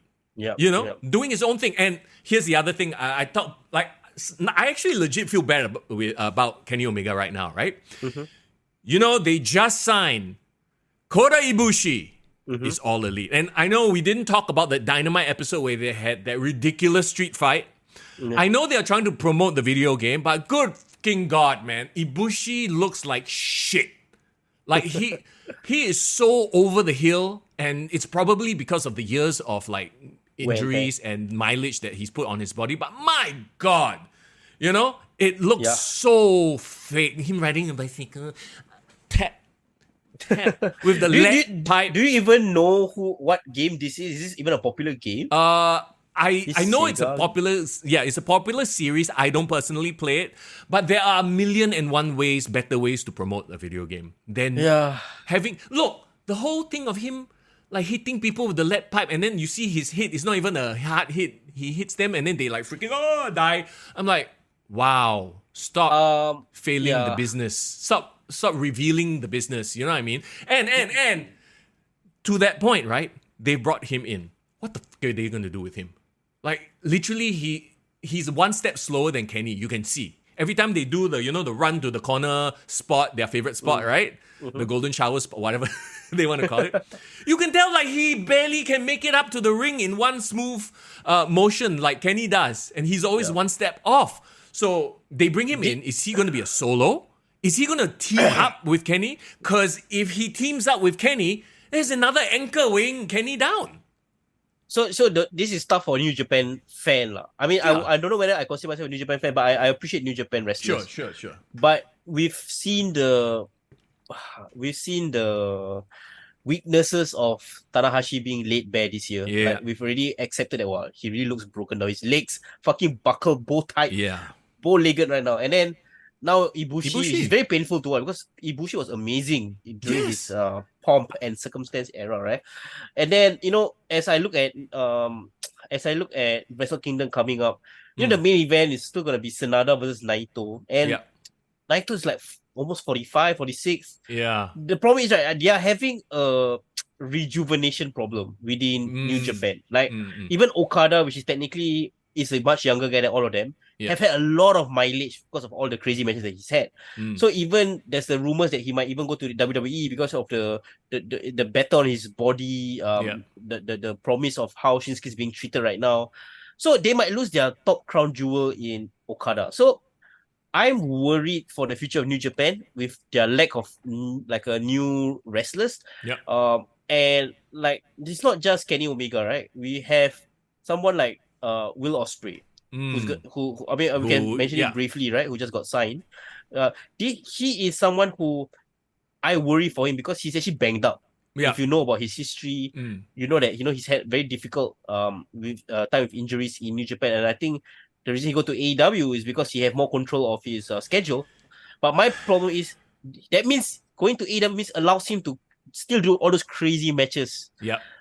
So I foresee him as a signing actually for the now and the future. He can actually be on MJF's level of like number one star. So I'm excited by that possibility, but people need to manage his wrestling, like how they manage Roman Reigns in WWE. So my issues with the Japanese style of wrestling is that you're just gonna break down all these great wrestlers. That is such a shame to see. And then by the time Tony Khan signs them, because they've had all these amazing matches in Japan, blah blah blah, you're signing a bunch of broken down people. I'll give you a WWE example. It's kind of like if you've never watched WCW in your life, and then all of a sudden this guy called Sting comes in, and oh my god, it's Sting! Wow! And then he goes up against Seth Rollins, and he's this old broken down man. You're like, who the f- is this guy? Right? Yep. That's how it is like for me with Tanahashi and Ibushi right now. What a waste, right? Yeah, it's an absolute waste. And AEW has the problem of never highlighting their past. Just assuming that you know who this golden shower duo is. Anyway, that was a sidetrack. I just feel like Kenny Omega, like, he's not getting any younger as well. And if there's a time to have him be the champion and the main star, a money-drawing star, it has to be now or soon. And I don't think with the signing of his friends, him just always wrestling the Young Bucks, he might just not be that guy. And I feel like that's a bit of a shame because, as much as I don't like what he does most of the time, I think out of that group, he probably has the most potential to become a main star. You want to know what's the most frustrating thing? What? Talking about lack of continuity in AEW, right? What was the match that Kenny Omega had at All Out? Do you remember? No. Right. Well, it was the match Kenny Omega between Kenny Omega and Takeshita. Right. Takeshita got the win. Mm-hmm. He is supposed to be the crown jewel of the Don Callis family, right? Yeah, where is he now? You get it? You get that. Yeah. Actually, Kenny Omega did a great job putting over Takeshita. Yeah. Why is Takeshita not a Drew McIntyre level in Yeah. AEW right now? As like the dangerous guy. They are doing the right thing in terms of putting over all this new talent. There are new talent being put over in AEW, but that sustained push, that consistency is the thing that I'm worried that they won't follow up on. Because Tony lets them go off to do whatever they want to do. So half the time they're not around, So he's getting a great push here, big win. Then after that, spends 5 weeks in Japan. It's exactly. That's an issue. Okay, let's move on then. So the Golden Jets are now like the number one contenders. So it'll be an interesting. Are you happy with Chris Jericho's performance in this match? Here's what it is. Like at this point, I don't expect too much. I just expect. You've already tempered your expectations of Chris Jericho now. Yeah, exactly. So unfortunate. Let's move on to the main event because this made the entire show for me. Okay. MJF, right, is such a gem. And at such a young age, right? He made me. And here's the thing. There were glimpses of the high-flying MJF. Like, there were moments where he pulled out a dive, did this, did that, right? But it was very rare because he was milking the whole leg injury thing the Yeah. whole way through, and it was a joy to see. It was a joy to see because this is like we talk about, and actually a little bit later on when we talk to Statement about it, right? He does bring up this whole idea of you don't need to pull out every flippy move that you know. Just do it once or twice if the story requires it. Yep. And milk reactions, and he did exactly that. The crowd was behind MJF 100%. Do you feel like MJF is the perfect modern wrestler who not only bring up that modern work rate in the current era, but also have all these great throwbacks, influences from the past? You think he's, to me, the best modern wrestler right now? A literal student of the game. I saw a rumor that he quietly resigned. I'm praying that that's not the case, because and they are trying to, like, you can see Tony Khan is just giving him win after win to keep him, please stay, because literally he made this match like what it is. Like, I didn't give a crap about Jay White. And I think he knew that Jay White was not in the position to make this feud even remotely like interesting, right? Yeah. And kudos to Jay White, because I've never said that Jay White is not a good wrestler. He's a really good wrestler. And the thing is, I really didn't care about him in this match. It was all about MJF. And it kind of made him look bad as well, because like everybody and their mother came out to disturb him.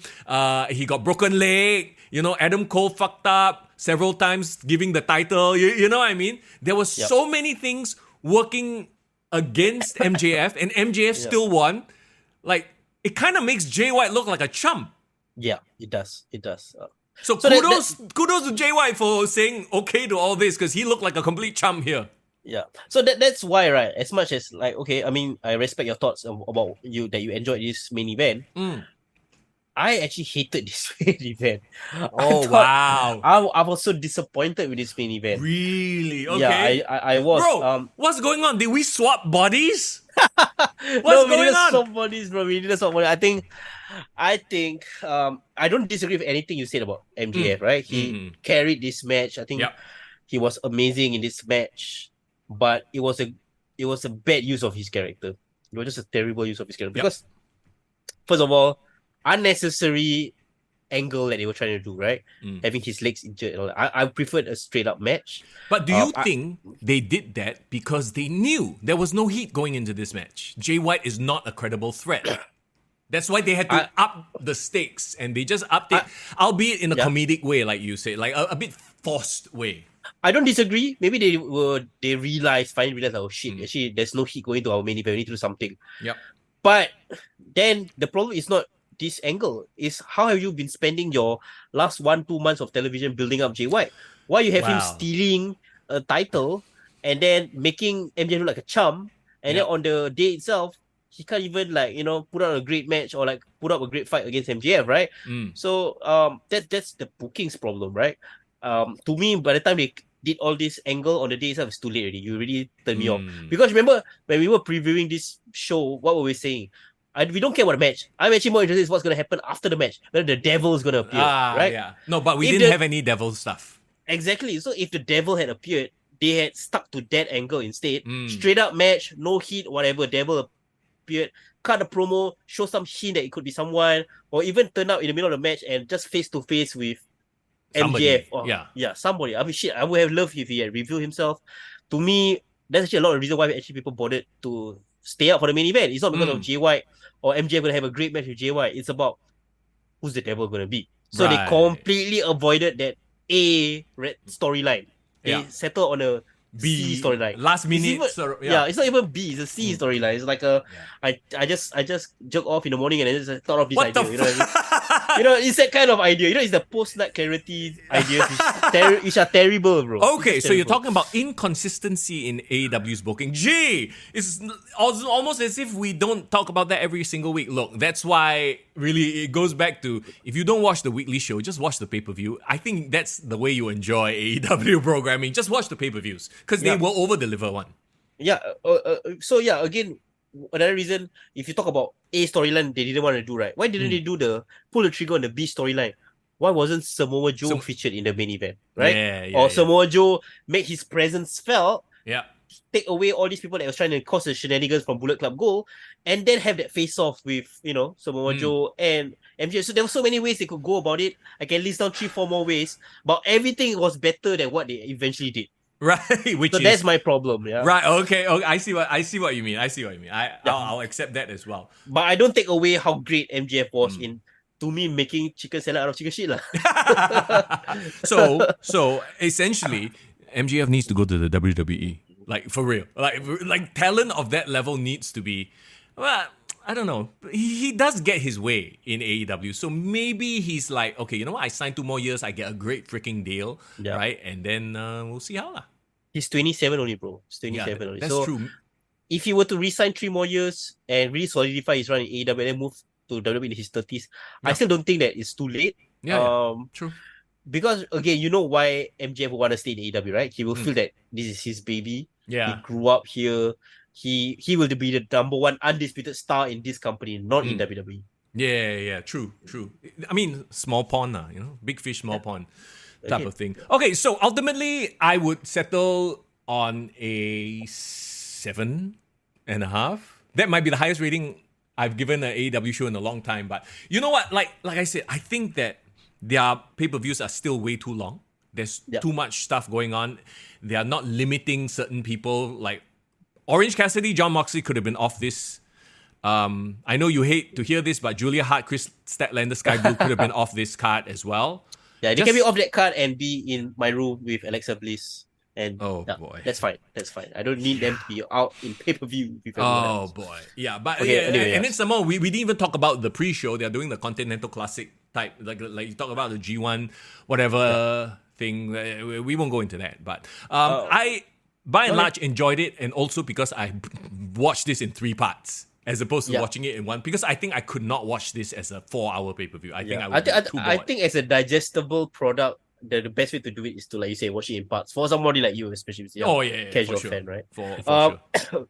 Okay, I mean, I would say that I would give it a lesser grade, probably give 7 out of 10. For the reasons I've already explained. But one thing that is exciting me coming out of this show, and I know you say you don't want to talk about it, but I can just mention it really briefly. I'm actually low-key excited for Continental Classic. Okay. Because of 2 things, right? Because one, during again the post crowd, I do not know why I enjoy watching the post crowd. I enjoy watching the post crowd and see Tony Khan being his crazy self. See all the wrestlers being in character or being out of character. One thing he did address was that Tony Khan said that he does listen to the criticism. He said that for this particular tournament, it's gonna be straight up wrestling. There's gonna be no interference, no bullshit, no DQs, no like no shenanigans, because so boring. Well, no, he's gonna keep it all about the in-ring action, right? So he said that we've already shown that we can do hardcore, we can do all this crazy stuff, and there is this is his words, there is an audience for that, but also there is an audience that actually have always wanted that sports-based presentation that we've talked about at the start. The purists, yes, correct. So this is his promise to deliver on that now, and to have this round robin tournament where it's gonna be 12 people, 33 matches. It's really gonna be a crazy, freaking Iron Man of a tournament, and it's all gonna be you either there's a time limit draw, a win, or a loss. We're gonna have disqualifications, so it's gonna be like proper rules, And again, winner is gonna have 3 points. It's like football, 3 points, 1 point, and 0 points. So, and of course, Eddie Kingston laid down the gauntlet, saying that because currently he's the Ring of Honor World Champion and the New Japan Strong, he's gonna unify the title. So every single time he's in a match in this tournament, he's gonna put both titles on the line. So the winner of this whole tournament will become the Continental Champion, right? Correct. So there's another title?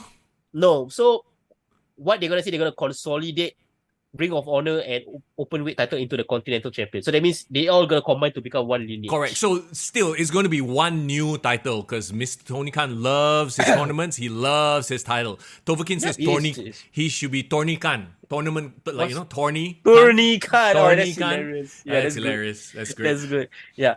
So I don't hate that, especially if he does deliver on that promise of having straight up matches like a collision match during the CM Punk era, by the way. With that being said, I enjoyed the pay-per-view, but it's not enough to make me want to watch the next episode of Dynamite or Collision. I get what you mean. But will you watch World's End if it's a 6-way Armageddon Hell in a Cell match? Oh yeah, of course I will. I mean, we'll have to do it for the sake of Oh wait, no, we're not. We don't have to do it, Mr. Yang. Okay, then I don't know. Maybe I might. No, I will probably pay attention to it, on the periphery, that kind of thing. But okay, so there you go. There's our review of AEW Full Gear. Now, before we say anything, though, once again, the scroller at the bottom is broken, so I want to give a shout out to all our Patreons as always. Thank you so much for helping us keep the lights on. We have a Patreon page. Link is in the description.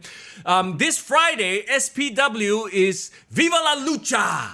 Yeah, bro. And of course, we're going to be, at least I'll be there, Mr. Yang. I'm sorry you have to work. Yeah. But if you're there, you see me, say hi. I might try to get some interviews post-show. I might try to get an interview with your Yumi, Yumi, baby. Know what I mean? But... I'm just is your girlfriend watching this? You're just trying to dig a hole, bro. I'm just sick, bro. I'm just gonna say whatever I want today. But anyway, he's a bit high on meds. Yeah, probably I'm a bit high on that. But so again, this is our penultimate episode. So next week is actually our season finale. We're gonna review Survivor Series. We're gonna review SPW Viva la Lucha. And for those asking us whether we're gonna have a repeat of the Kick to the Gut year-end party, we will announce something, I think, hopefully by next year, Mr. Yang? Yes, watch this space, watch our socials, Discord as well. Akan datang, the information is coming your way, but free yourself up in the middle of December. We're going to have some fun. We always will have some fun. And I mean, there is the business of the Kick to the Gut Awards. So all I can say is, if you guys wanna, come hang out with us after the end of the season, like a post-season get together, go sign up to our Patreon because absolutely we'll do our announcement there as well. Tovakin mentions that Stardom and GrappleMax are going to be at AFA this weekend. That's right, the Anime Fest. Yeah, so that's going to be fun. Who is going to AFA? Tovakin, I'm sure you're going to AFA. I know you're a giant fan of anime. Personally, I'm not, but apparently my company is going to be there. Oh my god, really? Yeah. Power 98? No, not Power 98. Because one of our sister sites, right? They have this virtual girl band called Soda. Oh, yeah, Soda is yeah. going to be there, bro. I don't know why I'm giving a plug right now, but yeah. Okay, cool. You know what, Tovakin? Update us on Discord, bro. Let us know what's going on over there. Absolutely. Okay, talking about the statement, Andrew Tang, we talked to him on Sunday morning. So let me set the context right now, right? It's Sunday morning. That's why, he looks like he just woke up and had a little bit of a drink and whatever. Hey, he's living the superstar wrestler life. What can you say, right? Yeah. The most important thing, Mr. Yang, do you clean up all the crazy Wi-Fi that happened to him? Yes, I did. Episode or not? Oh dear. So God. here we go. We chatted with Andrew Tang, the statement from SPW, of course, and he's gonna break down this upcoming Viva la Lucha event on Friday. So here we go. And hey, we are now joined by the one and only The Statement, Andrew Tang. Yeah, of course. It's so great to have you back. Statement, cheers, I think guys. Cheers. I got my plain water already. Yeah, I got my water. This is my coffee to the start of the day, man. Oh my goodness. So it perks me up. We need to set the context, right? It is a Sunday morning as we are recording this, and we got The Statement right now having a beer to kickstart the day. How statement is that? I don't know, and I had a crazy night of partying last night. I can't really remember what the hell happened. Awesome. It's all good. It's all good because you're talking to the styling, profiling, limousine running, jet flying, kiss stealing, William Dillon, son of a gun, Singapore's Ric Flair. Awesome. Yeah. You know what's cool, because as we're recording this, actually AEW Full Gear is happening at the same time. I caught a bit of it in the morning, and Ric Flair was in the first match, styling and profiling getting involved, man. So timeless, that guy. Yeah. Hey, actually, The stars align, when the stars align, that's it. That's my idol. I really wish I can meet him in real life. And then can you imagine if the statement got Ric Flair down in Singapore? He parties with me. If he parties with me, it's going to be the best night of his life. But it could be his last night. It could be the last night of his life. Oh, dear. I'm a little bit worried. Because, Now he doesn't want to drink alcohol and everything. If you watch like some YouTube videos and stuff. Mhm. Yeah, but he's Sta- a crazy man, that sta- guy, man. Yeah. Statement before everything is said and done. You, Ric Flair in Singapore, we gotta make it happen. Yeah, man. Oh man, Please. I Way too fucking wish epic. it, man. I wish. We I will. wish. We I will. wish. Okay. Do you think, Statement, do you think that when you are Ric Flair's age, you will still be like the Ric Flair doing the wrestling matches and, or at least being Wow. involved in some way? Okay, to be honest, Ric Flair's like a cockroach. I have no idea how he can survive. All the things that he does. No, Yeah. I'm serious, like all the accidents that happen and stuff, heart attack and everything, wrestling and stuff, he's still alive and kicking, man. Like Dude, I respect, don't know, man. I don't even know whether I can even live up to that age, man. But Yeah. I do my best, man. Yeah, do your best, man. Yeah. I have no idea how he does it. So I mean, 1975 he had the first plane crash. Yeah. And Yes. he still survived that, and then he did whatever he 6 done. months later, right? You recover, he still can wrestle in the ring, man. Shit. Yeah. It's crazy. I saw an interview he did with the Breakfast Club recently. It's like a black hip hop radio, and then they were talking about how his impact on like hip hop culture as well. So Yeah. it's like he keep finding new generation of fans to know about the legend of Ric Flair. It's pretty cool. It's pretty cool. Yeah, he's like Traxxas told me lah. Foundation told me like because his trainer is Red Rooster, so that this legendary story about Ric Flair. So Red Rooster was supposed to face like Terry Taylor was supposed to face Ric Flair the main event. So Mhm. like Ric Flair came really late and he was very very drunk out of his mind. So he came backstage. So Terry Taylor was like, "Hey, this is my main event spot. What are we gonna do? What are we gonna do?" Ric Flair's like, "Just chill. Can you just get me a coffee?" That's like, okay, I'll get you a coffee. He drank his coffee, all right? He came out of the match, styling and profiling, looking all good. And you know what Terry Taylor said? It was the most tiring match of his entire life. He wrestled for Wow. 1 hour, man. Wow. Wow. So How? he's I an have no Iron Man idea. lah. No, he can't even walk to the arena when they had shit and push him into the arena, man. Oh my Wow. God. So he just switch on when he's in the ring, just like that. He can make it work. Yeah, just actually, there's another story. It's just like Stone Cold Tajri told me. I said, "Hey Tajri, do you ever wrestle like for the WWE Championship?" Yes, I have against Stone Cold. Oh, really? SmackDown? Yes. Stone Cold walk in, very very drunk, very very drunk. I asked Stone Cold, "What you wanna do?" Stone Cold Stunner, Stone Cold Stunner. That's all. I watched the match. Stone Cold looked normal, and yeah, he just hit the Stone Cold Stunner. You're putting- What the hell? Wow, hilarious. Oh my Oh, god. no. Yeah. Anyway, I got one more question to ask because I Uh, heard as well before coming on this recording that we're doing that you were actually in Japan recently attending a DDT event. Is that true? Yes, I was there to attend the DT event, yeah, because I wanted to watch Chris Jericho, yeah. Yeah, it Live. was it the main event where it was Chris Jericho and Konosuke Takeshita? It was cold. This was a cold main event, man. It was like Mm. it was like a 6 hour long Wow. event. Yeah, but like man, I tell you, like the match Chris Jericho like had like wow, Jericho is really a legend. Like I mean, like some of the stuff he can like we do with more intensity and everything, but the Yeah. sports that he did. Like, wow, he blew my mind. And Jericho had such a big ovation, man. When he came out, everybody was singing to his like Judas theme song, man. It's amazing. Man. So he still at his age, he still can have the kind of match he needs to have to get the reaction. So charismatic, man. He's so charismatic, man. I became a fan, man. I literally became a fan. He came out and marked out. Literally, I marked out, yeah. Wow. Okay, before this, you never had like a big opinion of Chris Jericho, or what? I love Chris Jericho. I love Chris Jericho. Yeah, I always think that he's one of the best wrestlers around the world as well. Like the thing is like he's so creative. Like he always reinvent his character, new gimmicks, new taglines. He dares to be different. And like wow, his longevity, man. Like wow, the Lion saw like when he did the stuff. It's amazing, and the match was really amazing. And of course, like the main event was very very good as well. Like Chris Brooks versus wow, blow my mind, man. Blow Chris my Brooks. mind, seriously. Did you manage to speak with him or hang out after the event? Oh, I didn't, I didn't get a chance to do that because I didn't want to like. I mean, if there's a chance to do it, I Sure. will. But sorry, I need to make my intro again. Yeah. I need to move more to the right. To Move your left. left, to your left, to your left, The to the left, left, the to left, the yeah. left. There the you go. left. Yeah, You're perfect. good. Yeah, you're good. You're good. Yeah, just nice. Yeah. Yeah.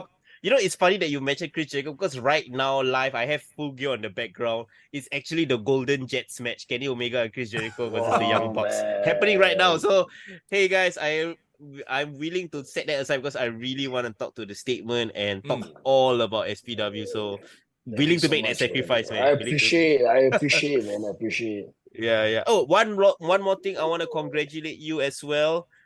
PWI Singapore, one of Singapore, like probably Singapore's first ever wrestler to be featured there. As long as you and Aiden Rex, right? And Me, Aiden, Alexis, Alexis. Alexis is like for the about the the women's ranking. women's. Yeah. Women's Awesome, ranking, yeah. awesome. Okay, so my first question is, do you know beforehand you were gonna be part of the No. list? No, no, I didn't know. I didn't know. Like I didn't know. I just woke up and then like suddenly I got a long list of messages and texts. I'm like, hey, congratulations. And like 491. Oh, I'm like, oh, really? Oh, great. Yeah. But you guys spelled my name wrongly. It's Did you- Andruew. It's not Andrew. Oh my God. Call you Doesn't the matter. Doesn't matter. It's all good. Like do your fact check first before you put my name down. That's the thing. Also, okay, wait. So, what was your reaction? Because clearly, somebody from PWI has been following your career, your recent slew of matches. So, do you even know who he was that actually know about you? I don't know. I really have no idea who he is. Yeah. Wow. Yeah, but amazing. I mean, like to be honest, it's just like, yeah, I mean, it's good. Like it keeps me going, gives me my motivation because like finally I get recognized Mhm. the skills that I do. Yeah, and of course, like plus the fact that in just Singapore, we only have like so little matches and stuff, so we always go out there, Southeast Asia and stuff like that. And to Yeah. get recognized is quite a feat for me, lah. I'm just happy for that, lah. He just wants me to just work harder, and I'll just try to do my best to get better and higher up in the ranking. Yeah. Awesome. In your opinion, what match or what do you think was the thing that kind of like solidified your status in the list, like made it worthwhile to be on the list? What moment this year? Wow, I really have no idea. Seriously, I got quite a number of good matches now, but Uh-huh. I don't know. I'm not too sure actually. I'm not too sure. Also, I mean, but it's definitely well deserved, lah. It's definitely well deserved. I just really gonna think back what matches like what matches that I had like recently. as well. Okay. To be fair, you're not in the perfect state of mind to recall any Yeah, matches. exactly, right. I mean, so I Wait, don't blame you. No, I'm fine. It's just like Was- quite a number of matches. We saw the okay. The To be Tajiri honest, one, was like, it this year? No, the Tajiri was like a long time ago, man. Was it it was last year. You had Tajiri came to Singapore this year as well, Yeah, but he yeah. didn't have the match with you. Is No, it? I had no, he didn't came. I had there was some changes, so I had a match with Carlo Cannon. Oh yeah, right, okay, yeah. yeah. No. Like to be honest, right? Ah. The match with Carlo Cannon, I learned so much, Mm. so much. Yeah, it's about his style is really the WWE's kind of style of wrestling. Yeah. So a little bit story about Carlo Cannon. He's Lansdowne first student. Oh. So Oh. he has a lot of connections with all the Mm. big stars in like WWE. Like Awesome. he shows me Chris Jericho will text him sometimes. Like, no, it's legit. Like, yeah, he's friends with Chris Jericho. Lah. Mm. So his knowledge, right? He has a wealth of knowledge. And the way he shares stuff, he's one of the most passionate pro wrestlers that I know. And the stuff that he teaches is so damn good. Seriously, yeah. And He Carlo said- Calden, he's he's just from said that he- Australia, right? He's from Australia. He just said that he tore his bicep. Since he's out for 6 months. Yeah, because he's supposed to be slated to wrestle in Singapore in December. He's such an amazing fella. Like the stuff that we do, it was just magic, just good chemistry together, man. Yeah. Okay. I mean, we heard about Carlo Cannon from was it Straight Sauce, right? Young. Yes. I think Yeah, he was yeah. talking about his experience when he was in Australia working with him. So yeah, I would love to see a live match with Carlo Cannon. He's so hardworking. I think he has like 6 jobs. Right? Oh, really? 6 jobs. Wow. He works. He doesn't sleep. Okay. He does online coaching after his work to international wrestlers, and the stuff that he says is amazing. You just need to absorb. Yeah, and he's very, very tough on all the wrestlers, but all his wrestlers are really good. I'm not even joking, man. Wow. I've learned so much from him from just one match. What is his home promotion in Australia? Vicious Pursuit. Vicious Pursuit is out of which city? Is it Melbourne or? It's Melbourne. Nice. Okay. Yeah. I mean, Mr. Young, next time I'm in Melbourne, Yeah. I'll definitely check it out. Our reporter So- on the ground, huh? So the thing about the thing is, right, when he came to Singapore, all the fans, right, they were like, wow, they say like Carlo needs to come back. They really love Carlo Venom. Yeah. Yeah. Nice. We definitely have to check him out. So he won't be for this coming event, right? The SPW Viva La He can't, Lucha. he'll be out for Bicep. 6 months. Lah. Right. Yeah. Yeah, for biceps, but he's recovering well. So yeah. Mm. All right, definitely we'll hope to see that. Okay, let's just jump right in. It's this Friday. That's right. SPW Viva La Lucha, 7:30 at your home ground, Fuchao building. Fuchao building, right? Can you share with us how it come together? Because of course everyone is excited about the appearance of a former WWE superstar, formerly known as Kalisto Samurai Del Sol. So tell us about how that deal came about. Okay, like I told you, man, I always told you guys around the man, the connections, man. I'm always well connected. The connections, no, I'm serious. And also apparently, like when I was in Japan and I was in Kyushu, right? So apparently at that point of time, DDT booked Kalisto, Oh. right? Okay. And Facade, you remember Facade? Facade, the guy, the Neon Ninja guy. Oh, I yeah. think it's from a long time ago. Yeah, he's good friends with Kalisto, lah. So he was telling Kalisto, like, hey, you should meet up with Andrew Tang, lah. You're gonna have a good time. You know, it's a nice guy, nice chef and everything. So Kalisto messaged me, but he was in Tokyo and I was in Kyushu already. So he wanted to meet me. So I was what a like, I just reached Kyushu. So I don't want to take a flight down to Tokyo lah to find him lah. So we just connected on Instagram and apparently he hit off lah. And then apparently, like, you know, he was telling me about his rate and stuff. I'm like, hey, why not, man? 11 years anniversary, if the time is right, he's good. Why not? Let's bring you down. Because he's such a nice guy. Like, I can see he's genuine, man.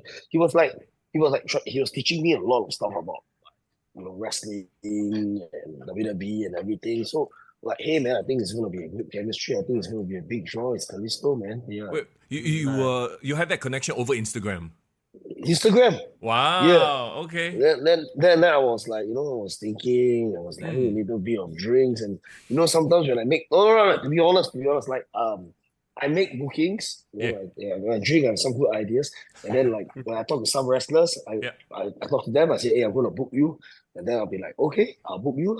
And apparently, all the time when I gamble, in a way, I call it a gambling, because sometimes you might not know whether the person can draw or not draw, right? Right. It all works. It all works. I think you give yourself a bit more credit. Like, it's probably an intuition that you have after so many years of booking people and working with people. It's you can feel one. Correct. To be honest, right, it's 11 years. Like, for me, I'm always about going all out, especially like it's the anniversary show. I mean, I don't really care the budget, but it's going to be going all out because I feel like, you know, I just want to like thank the fans, for everything lah. Yeah, it's about it lah. You know, So for Samurai Dessa, I mean, of course, we know about his career from WWE. We know he's close friends with Mercedes Moné, Sasha Banks. What has he been doing since he left WWE? Like, where is his home promotion? Where does he wrestle usually nowadays? I think he's freelance. He wrestles everywhere, man. Like, taking a look at his Instagram and everything, he's wrestling in Impact. I think like last year he was wrestling in Pakistan, man. Wow. Pakistan is huge. Pakistan is a wrestling scene. More than 20 or 30 international wrestlers, you know, and the stage is huge. Chris Masters was there. I saw a lot of other big wrestlers, man, like Sam Gradwell. Quite a number of big name wrestlers were there, man, and the stage is huge, man. There's like fireworks, pyro. Whenever they go, there's like armed security guards and stuff. Like, wow. Guns. Yeah. Pakistan, I wouldn't expect really Pakistan good. to be It was really good. Yeah. More than 20 over wrestlers from different countries were booked over there for the show, man. Yeah. What's their home promotion there, or do they have a home promotion? Well, I can't really remember the name of the promotion, but yeah.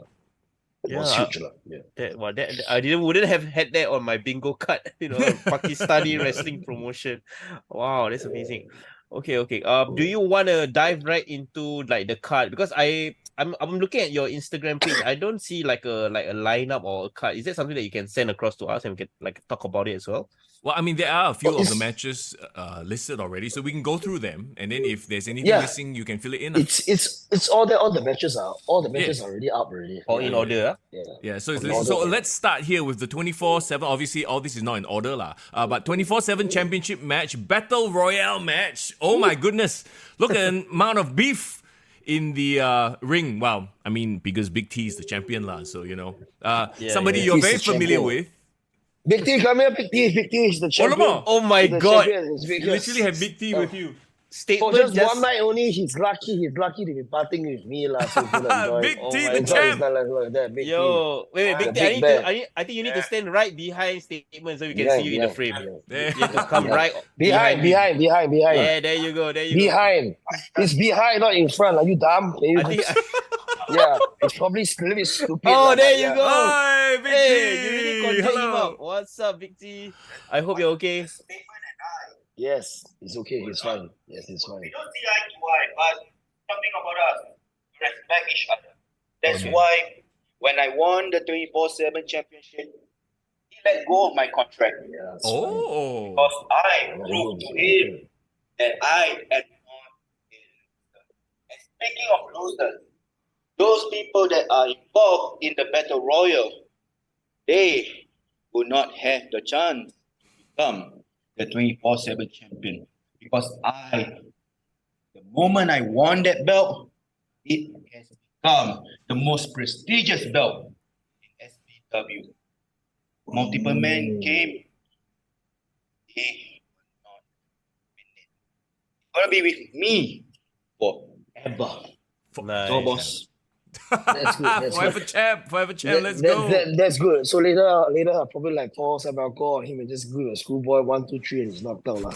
And then the new 24/7 champion right here, right now. There you go. My God. Jokes. Yes. All right. So clearly Big T has been emancipated. He's a free man, but he's also I guess he's kind of like rolling and partying with the champ now that he's also a champ, huh? Yeah, champs Yeah, hang so out with champs, kinda- right? I kind of like see him eye to eye. I mean, I'm not a champion, no belt and anything, but I don't need the belt to show that I'm a champion. because Exactly. I know I'm the top guy, and I know I'm the champ. The champ in my Nice. heart. That's all that matters, baby. Yeah. Awesome. A quick question, So Yeah. Yes. you guys renamed the title because previously it was a different name, right? NBC NBCB, championship, yeah. Yeah, I mean, like Big T wanted to rename the title lah because he feels that he wants to be a fighting champion. He wants to, defend the belt 24/7. So Right. he wants to make a statement of the belt lah. So he I see. changed the 24/7 Ah. championship lah. Yeah. You know, Statement as a marketing guy myself, right? I feel like now that the NBCB title is not there, I think good opportunity to get more sponsor. Make this 24/7 open to sponsorship. So every year got a new branding. New like sponsor. like the Yeah, Power that's- 98 24/7 championship. The Yeah, Property Guru that, 24 that that's a very, very good idea. I guess it's a very good idea, man. Yeah. Yeah. Hey, I just say try it out, man. Good branding, good Yeah. exposure for the you guys and also for whichever company that wants to promote. There Why you not? go. Yeah, man. You never know. Let's talk about all the would-be contenders because I'm looking at all the All right. people listed, right? And I'm like, All right. do they logically have a chance against Big T? Like, you know what I mean? So, okay, you got... Please name me the competitors and I'll just try to break down for you. Okay, I'll come. give you my thoughts about them. Yeah. Trickster, Kyle Black. Trickster. Mm. Trickster. Oh my god. Are you serious, lah? Like, He's seriously, there. lah. The size of Mighty Mighty's thigh, right? It's really bigger than his whole entire body. Like, do you really think Exactly, that he has a chance to go against Mighty Mighty? The only time, maybe if he does his magic like fire flap to the face, then probably there's a chance to win that. But if not, like, man, I really don't know. Can't even carry Mighty Mighty. How? What can he do to Mighty Mighty? How can he bring the big man down to size, Yeah. Exactly. Yeah. That's crazy. What about Meta? Wow, Meta. I mean, he has heart. He's a superhero, but I don't know, like, he's not Superman, so he doesn't have like super magic powers to lift Sure. Big T, lah. So I don't know. I don't think he has a chance as well, to be honest. I don't think he has a chance as well. Yeah. Well, Maybe the odds. he probably right need to make a phone call to like the B grade Justice League, right? And then they'll come down and they'll help him lah. So yeah, Okay. and then he has a chance now. This is only shot. What about Iman? Iman's is one of my newest training. He just returned back from his injury because I think a few events ago he did a leapfrog and he landed wrong and he dislocated his knee. But yeah, he's one of my top rising stars. Yeah, I mean, I wish him all the best. I don't know what might happen. How old is he, by I the just way? wish him all the best. He looks really young. He's quite young. He's quite young. Oh. Yeah. I mean, for me in wrestling, I don't really ask the age of my wrestlers. Because to me, I just feel the age is just a number. As long as you're good inside the ring, you're good inside the ring. So I don't really ask my wrestlers the age. But All right. I think it's around 20-something, I guess. Yeah. Okay. I mean, Nick Wayne is doing well. Early so- 20-something. Yeah, it's Yeah, fine. for sure. Talk to us about, am I pronouncing this right? Ricky Malik. Ricky Malik just is a new debutant for SPW. Nice. Okay. Yeah, Okay. he's like a aristocrat. Oh, yeah. He's like an aristocrat. I was about to ask you because I see him wearing a suit in the promotional poster here. I'm like, okay. Got suit, got vest, got jacket. A bit too much, but you know what I mean. But he wrestles in the suit. That's the cool thing. What? He wrestles in the suit, right? Really? Yeah. Oh my gosh. Wow.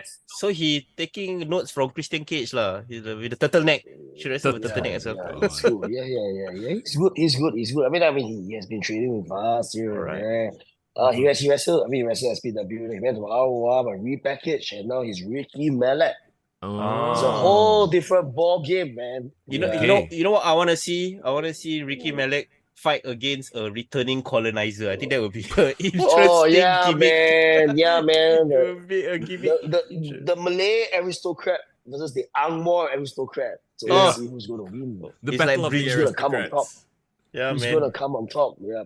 This is like Yeah. Bridgerton, Singapore. I can't wait. Oh my god. What Sane is this right? Sane RH? Yeah, same RH. Yeah. Oh, okay. Is One he the half tag of the team Wolf partner Ram. with Riz? I think they were in Yes, the same team, Wolf- right? Oh, the Ram Wolf Cartel, Ram. man. Wolf Right, Ram. right. Okay. They are, So they're apparently they have some connection with the mafia since young, lah. Mm, This is the cartel, lah. correct. Yeah, but I have no idea where if there's a cartel in Singapore, lah. But I Some cartel somewhere lah. don't know Yeah. for which mountain they're from a cartel. Yeah. Right, Okay. right. There you is go. so we are having Riz and Sin RH together. Are they gonna be on the same page, or is the title gonna kind of tear them apart? I'm sure they're gonna be on the same page, lah. So maybe they have a good chance. Maybe because for the both of them, like winning one title, it could mean for the both of them, that time when Jeff Jarrett and China, they both held the Intercontinental title. Yeah. Remember? There was one time, yeah. Oh yeah. Okay. So they're gonna be co-holders if they were to win the title. Yeah. Yeah. Is it Jeff Jarrett or is it Chris Jericho in China? I can't remember. Chris Jericho, Jericho. and China. Yeah. Yeah. Jericho and China. Yeah, Jarrett had a I'm feud sorry, with I'm China. sorry. Yeah. I'm No worries. sorry. I'm getting a little bit old, lah. Yeah. But Haha. you get the point, right? No, we Yeah, get the we point. get We the get the point. One more. CBK is in this match as well. What are Oh my his God, odds? Oh man, CBK is a guy to look out for, man. He's an underdog, man. Like, wow, I can tell you, like, I'm really impressed with his skills and everything, like, the stuff that he does. He's a new debutant, but yeah, he's. But I can't get the angle right now. Yeah, Yeah. you Center good is now, fine. you Yeah, good, there you yeah. go. There you go. Yeah. Okay, yeah. He has a good chance. I guess he has a good chance of winning. Okay, Yeah, so we've talked about each and everyone and all their chances, right? But what if all of them gang up on Big T? Because this is a battle royale. These type of things happen. And then good luck to BT lah. I'm definitely not gonna go. I'm definitely not gonna go down and waste my time to save him from the match because I'm gonna be in the main event lah. Yeah, Clearly. man. Clearly. He has to fend for himself in the title lah. So yeah. I love how he went from like, Big But T's Big- my guy to, but I Big- don't care.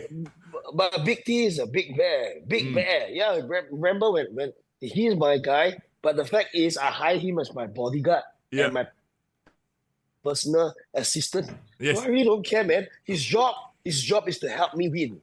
My job is to not help him win, right? He's working for me. I see. Right? So Get that clear. Yeah. Right, there For you sure, go. for The sure. hierarchy, the hierarchy. Okay. Hierarchy. Yes. Yes. Yes.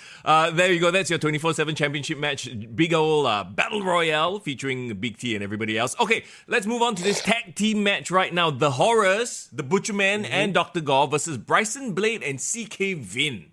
Ooh. Well, I just had some news to share. Oh, Blade that got suspended.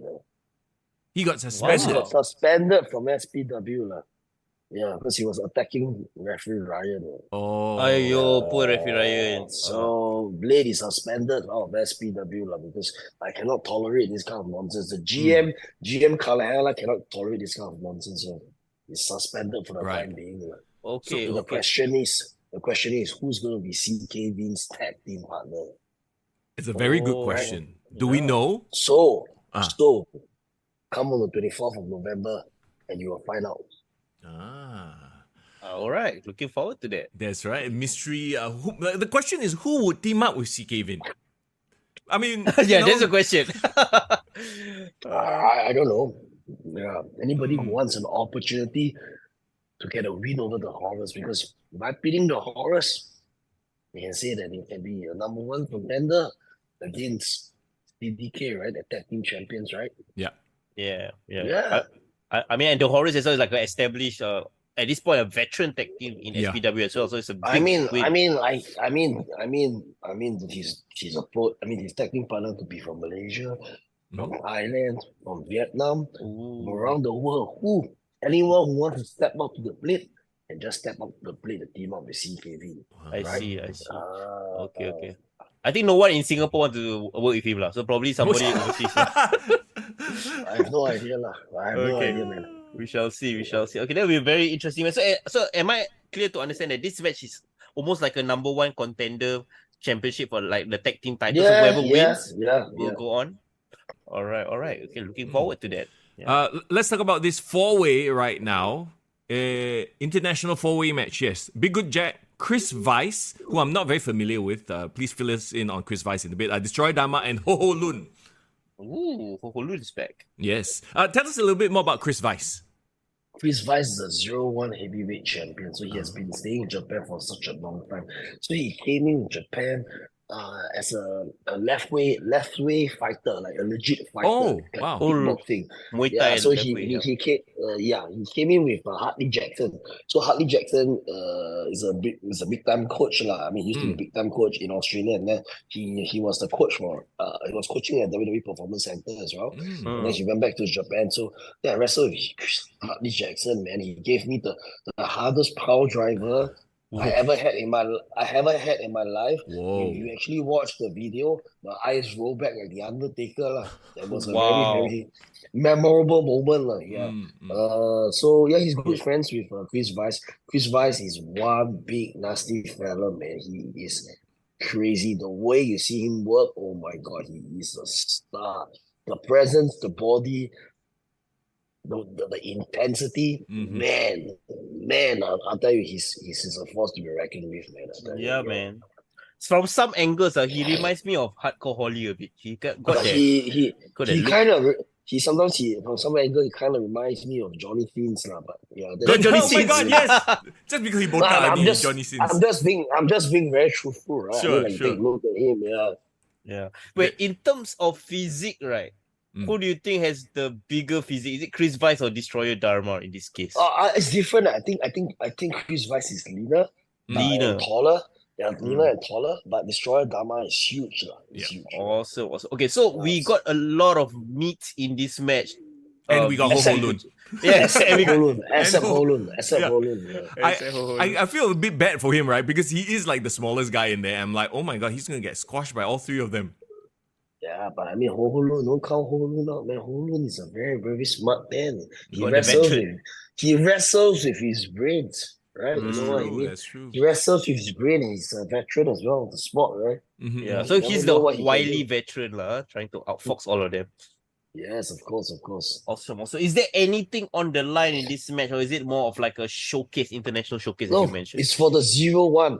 Heavyweight Oh. Championship. Oh, okay. So you Yes, have his yes. title on the line as well. Okay, that'll be really interesting. Wow. Tell us about Big Good Jack's chances, because yes, we talked about him being like this like really high potential guy, right? And Yeah. I guess compared to the other three guys in this match, he's still the youngest. He's still the one with the least experience. Yeah. I don't know, but I mean, Jack has been going around the world, has been traveling, like he's building up his experience, he's training hard. I think there might be a chance that he can win, because anything can happen in a fatal 4-way match, right? True. Like suddenly, if someone, if you're being opportunistic, someone hit the guy with a finisher, you throw the guy out, 1, 2, 3 pin, and that's it, you become a new champion.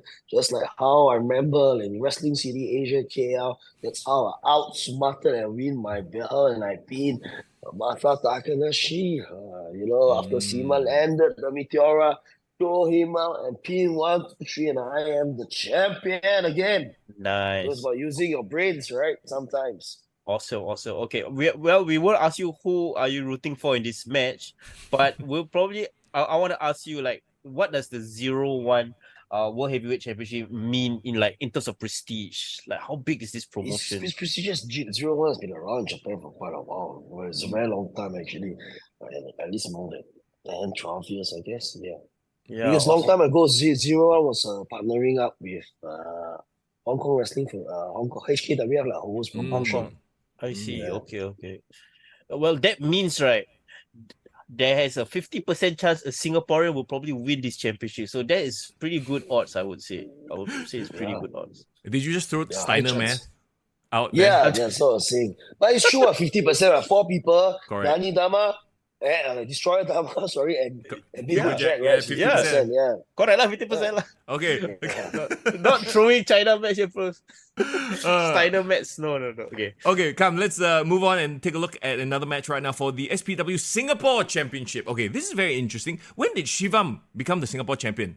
Did I Mr. miss one? Young, Yeah. Mr. Young, you didn't come to the last show. Oh, yeah, that's Mr. right, Young. yeah. Very sad. I'm very, very sad. I'm very, very sad. I- I invite you guys to come to my show, but you guys don't come. I'm so sad. Statement, can you I'm go and... crying already. I'm I'm so crying sorry already. for making the statement With cry, a but tear in my eye. Ric Flair. can you please have a meeting with my boss and ask him to let me go on Friday nights? Okay, I'll try to do my best. I'll try to do my best. Let we him can have feel it the on- yeah. Let him feel the yeah. We can have SPW events on Saturday night. That would be the best. Perfect. No, sorry, I don't really like do. I don't really like do Saturday nights. I felt like Friday night, because Friday night everybody after work they want to unwind. Friday and night just crowd come down lah. and drink. Yeah, I don't like do shows on Saturdays. Like, to be honest, Yeah. Yeah, Don't Saturday, worry. like everyone always got some party or I something got to some go plan. to. Plans, Or like yeah. Friday, I party too hard. Next day, Yeah. I just want to rest it. I want to sit in. Yeah. Fair That kind enough, of fair thing, enough. Yeah. Okay, then Mr. Young is on to Mr. Young to either leave his job or to go change his work cycle. Okay, I do it for you, Andrew. I do it for you. I leave my job because of you. No, please don't. Okay, let's talk about this one. Shivam, Black Arrow, Singapore Championship. Fill me in. When did Shivam become the Singapore champion? No, the last show lah. Okay. I've So seen Shivam also, like, he's been kind of getting a lot of victories across the region as well in different Yeah, promotions. I can. He won 3 championships right now. He's Shivam 3 belts, man. Wow. Well, I can tell you, right? I wrestled Shivam. I knew him for a long time. So when I was having I wrestled him in the first. My very first match was a 6-man tag. Like, I can't remember. I think with Dick Togo as well. I can't remember. Nice. I really can't remember the match. Sorry, man. I don't keep track of matches. I have like so many matches. That Yeah, I've yeah. done. Yeah. Of course. Yeah. So I was a young boy, and then I wrestled with him one time, one-on-one. I think that was part of a Wrestle Square. It's called Bangkok Shoot Wrestle Square, and at that point of time, Gato move.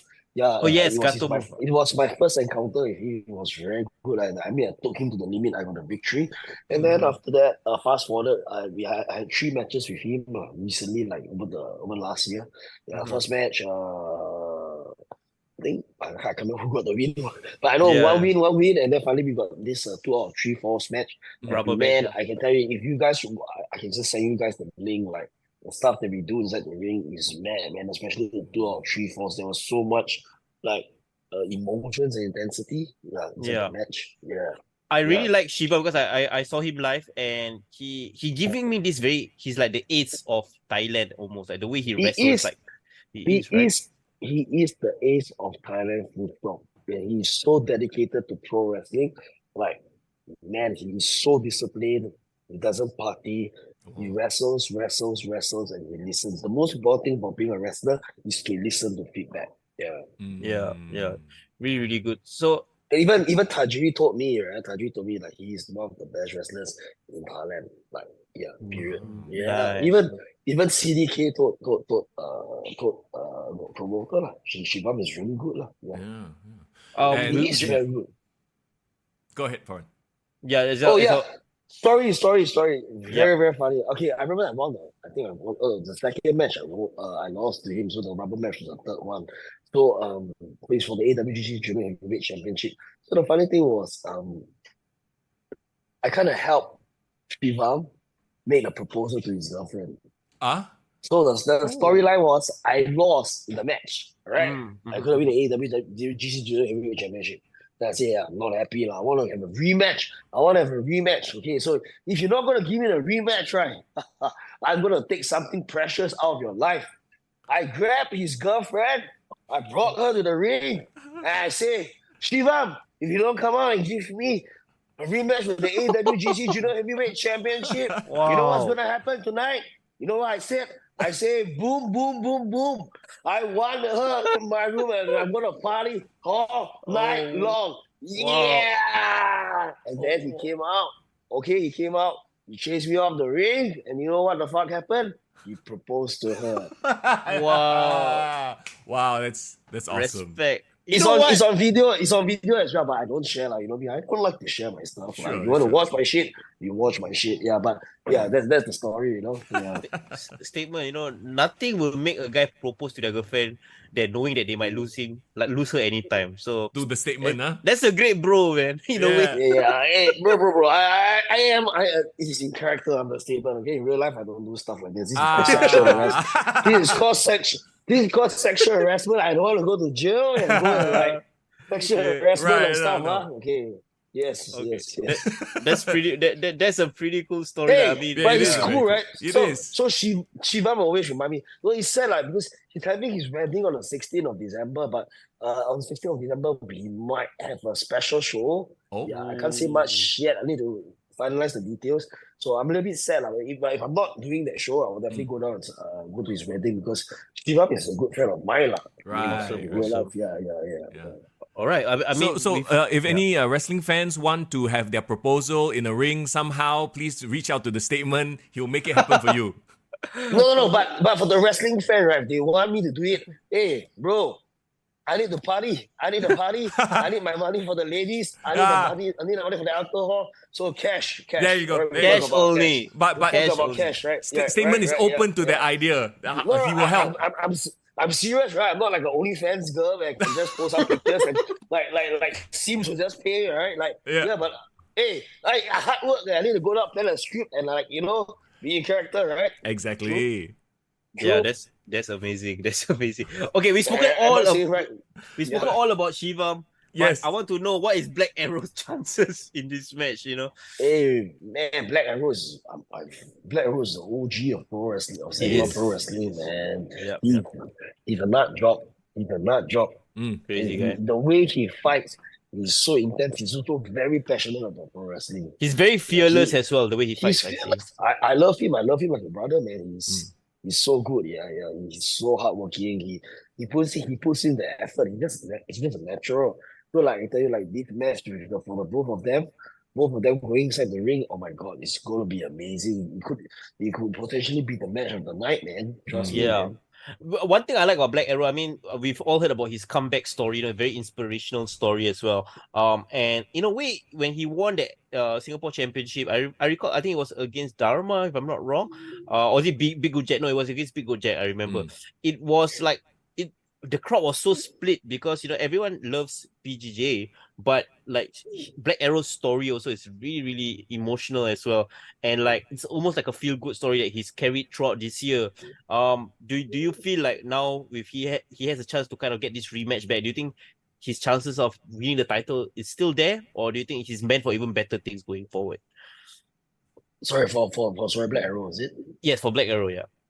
I think his chances is good lah. I say, I think he's definitely, eventually he'll definitely be able to challenge for the SPW Southeast Asia Championship lah. I mean, the time is right. Did you watch his match with Aiden Rex? It was crazy. It was fucking crazy match. Yes. Yeah. I would say in terms of the local wrestlers, Black Arrow definitely feels like he could be a future like title contender, especially for the main title. One of the biggest, like in terms of connection, he's there. His moveset is really great. Yep. He's a really fun wrestler to watch in the ring as well. So I really like his chances in the match as well. Oh yeah. Yeah, man. Yeah, it's really great. Okay, talking about Aiden Rex, let's jump to this one right now. The SPW Southeast Asia Championship match. Okay, we all know Aiden Rex. We all know how good he is. Tell us a little bit more about Zombie Dragon. Where did you... zombie? Yeah, where did you get a Zombie Dragon from?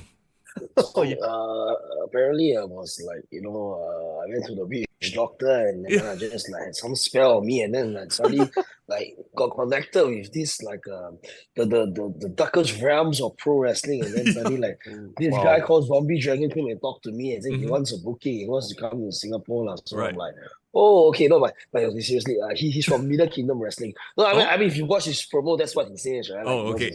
From the realms of like, yeah. So I'm just trying to cut. Where's MKW from? Like which country? Middle Kingdom Wrestling, China. You should check them out, man. Yeah, the promotion is huge, man. They got quite a lot of big wrestlers coming down, and the promotions, man.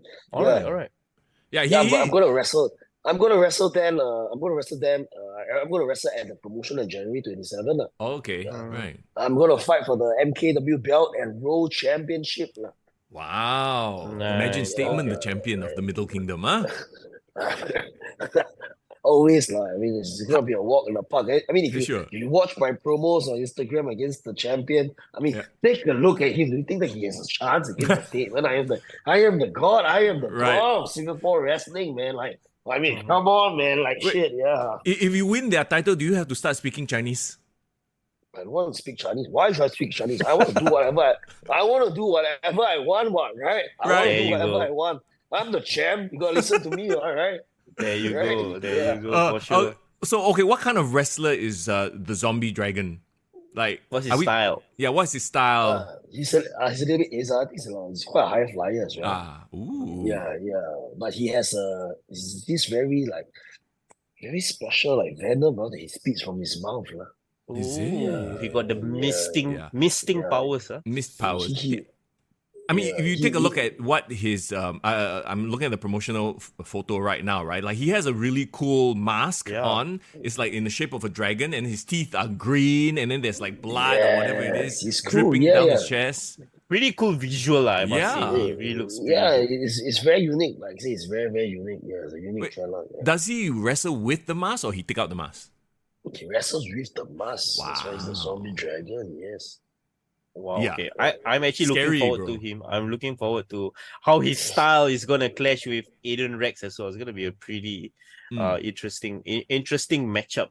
Well, I mean, Aiden Rex himself is a high flyer, and, obviously he has all the submission skills as well. So, yeah, this is going to be a super fun, exciting match. Definitely something to look out for.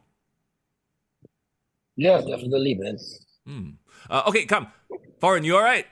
Yeah, I'm just reading up about this MKW promotion.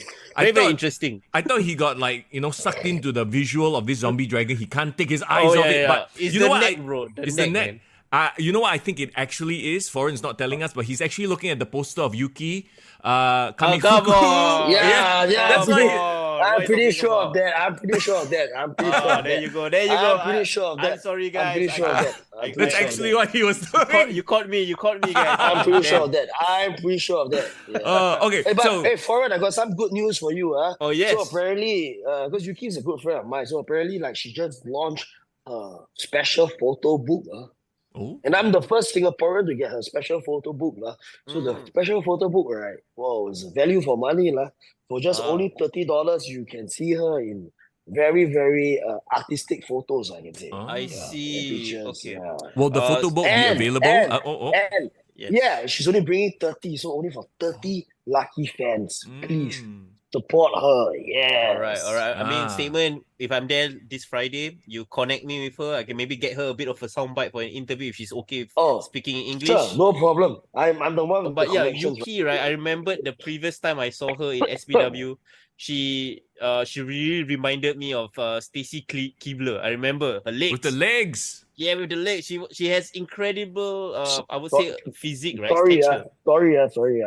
Stacy Keebler, Yuki Kamefuku, please. Yuki Kamefuku any time of the day. Yuki Keebler can step aside, please. All right, Sorry. step aside. Ooh. Step aside. The statement always prefers his Asian food, like Asian flavor. I love it. Okay, I ain't gonna That's disagree me. with you there. That's I ain't gonna me. disagree. That's me.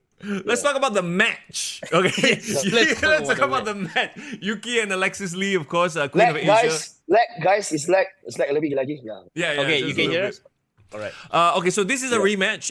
We were there for the first match, Foreign, Yes, it right? was. I remembered. So okay, yeah, go ahead.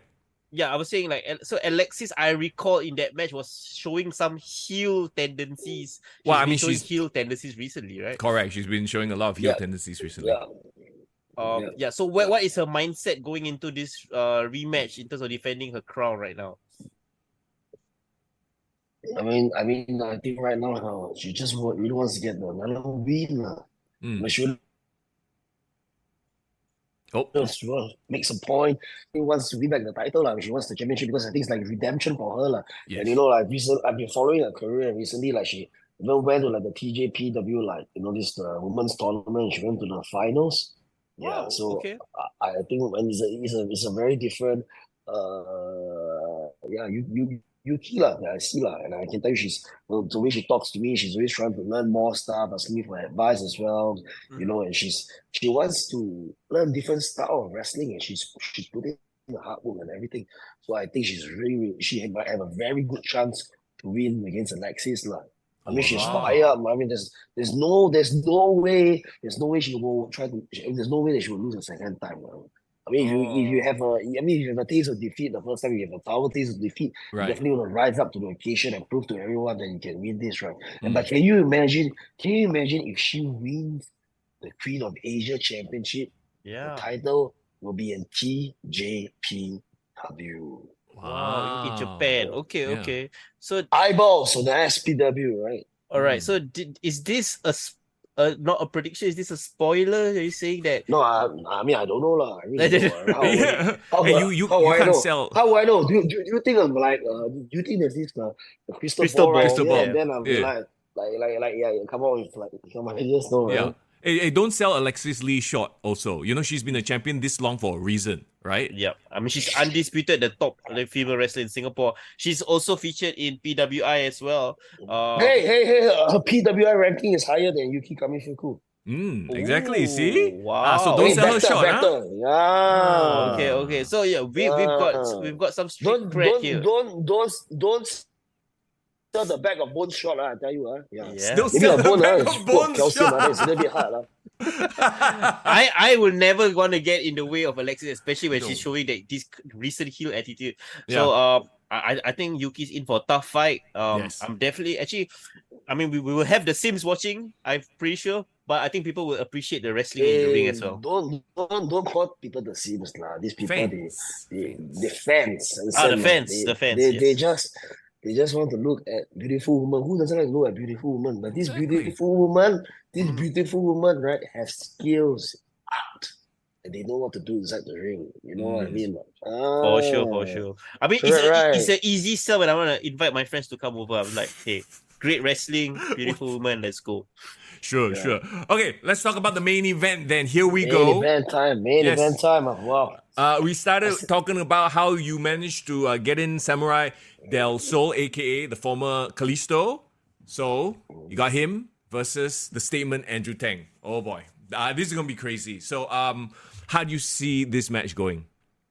Oh man, this is gonna be one of the toughest challenge that I'll ever have in my life, and I have so much respect for Samurai Del Sol that actually there's a very special commemorative T-shirt that I hope I can print in time. But the design is out. It's really good, really good. Ah. I can show you guys a sample later on.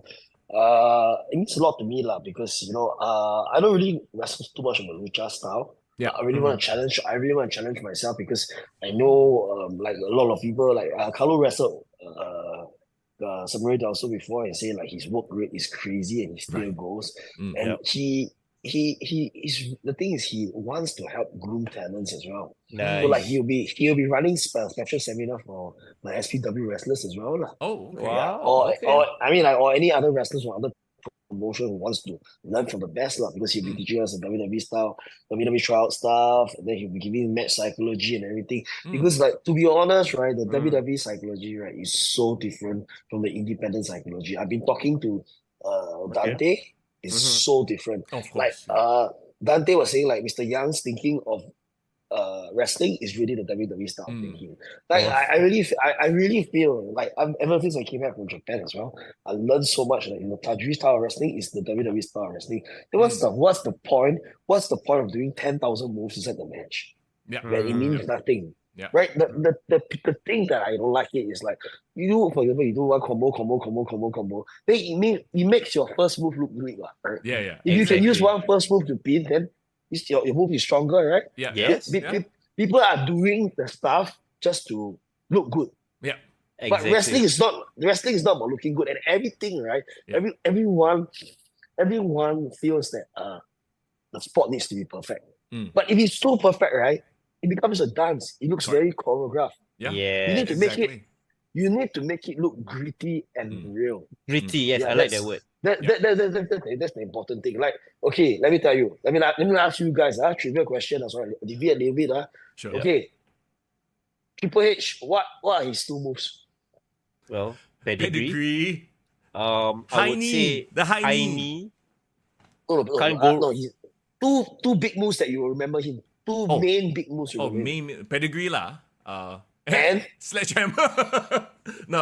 okay, Sledgehammer. Okay, I'm sorry. Spinebuster, right? Spinebuster. Oh yeah. The Spinebuster. Arn Anderson Spinebuster, yes. The Rock. Yeah. What? I mean, simple enough. Come on. Rock People's bottom. elbow, rock People's bottom. elbow, right? Yeah. Stone Cold Stunner, Luther Stone Express, Cold right? Stunner. Yeah. Luther Luther Express. Express, yeah. Yeah. Tajiri. What's his two moves? People remember him? Oh, Tarantula. Head kick. Bust A off. kick, right? Yeah. Buster And the kick. Miz, right? Yeah. Yeah. And the Miz, right?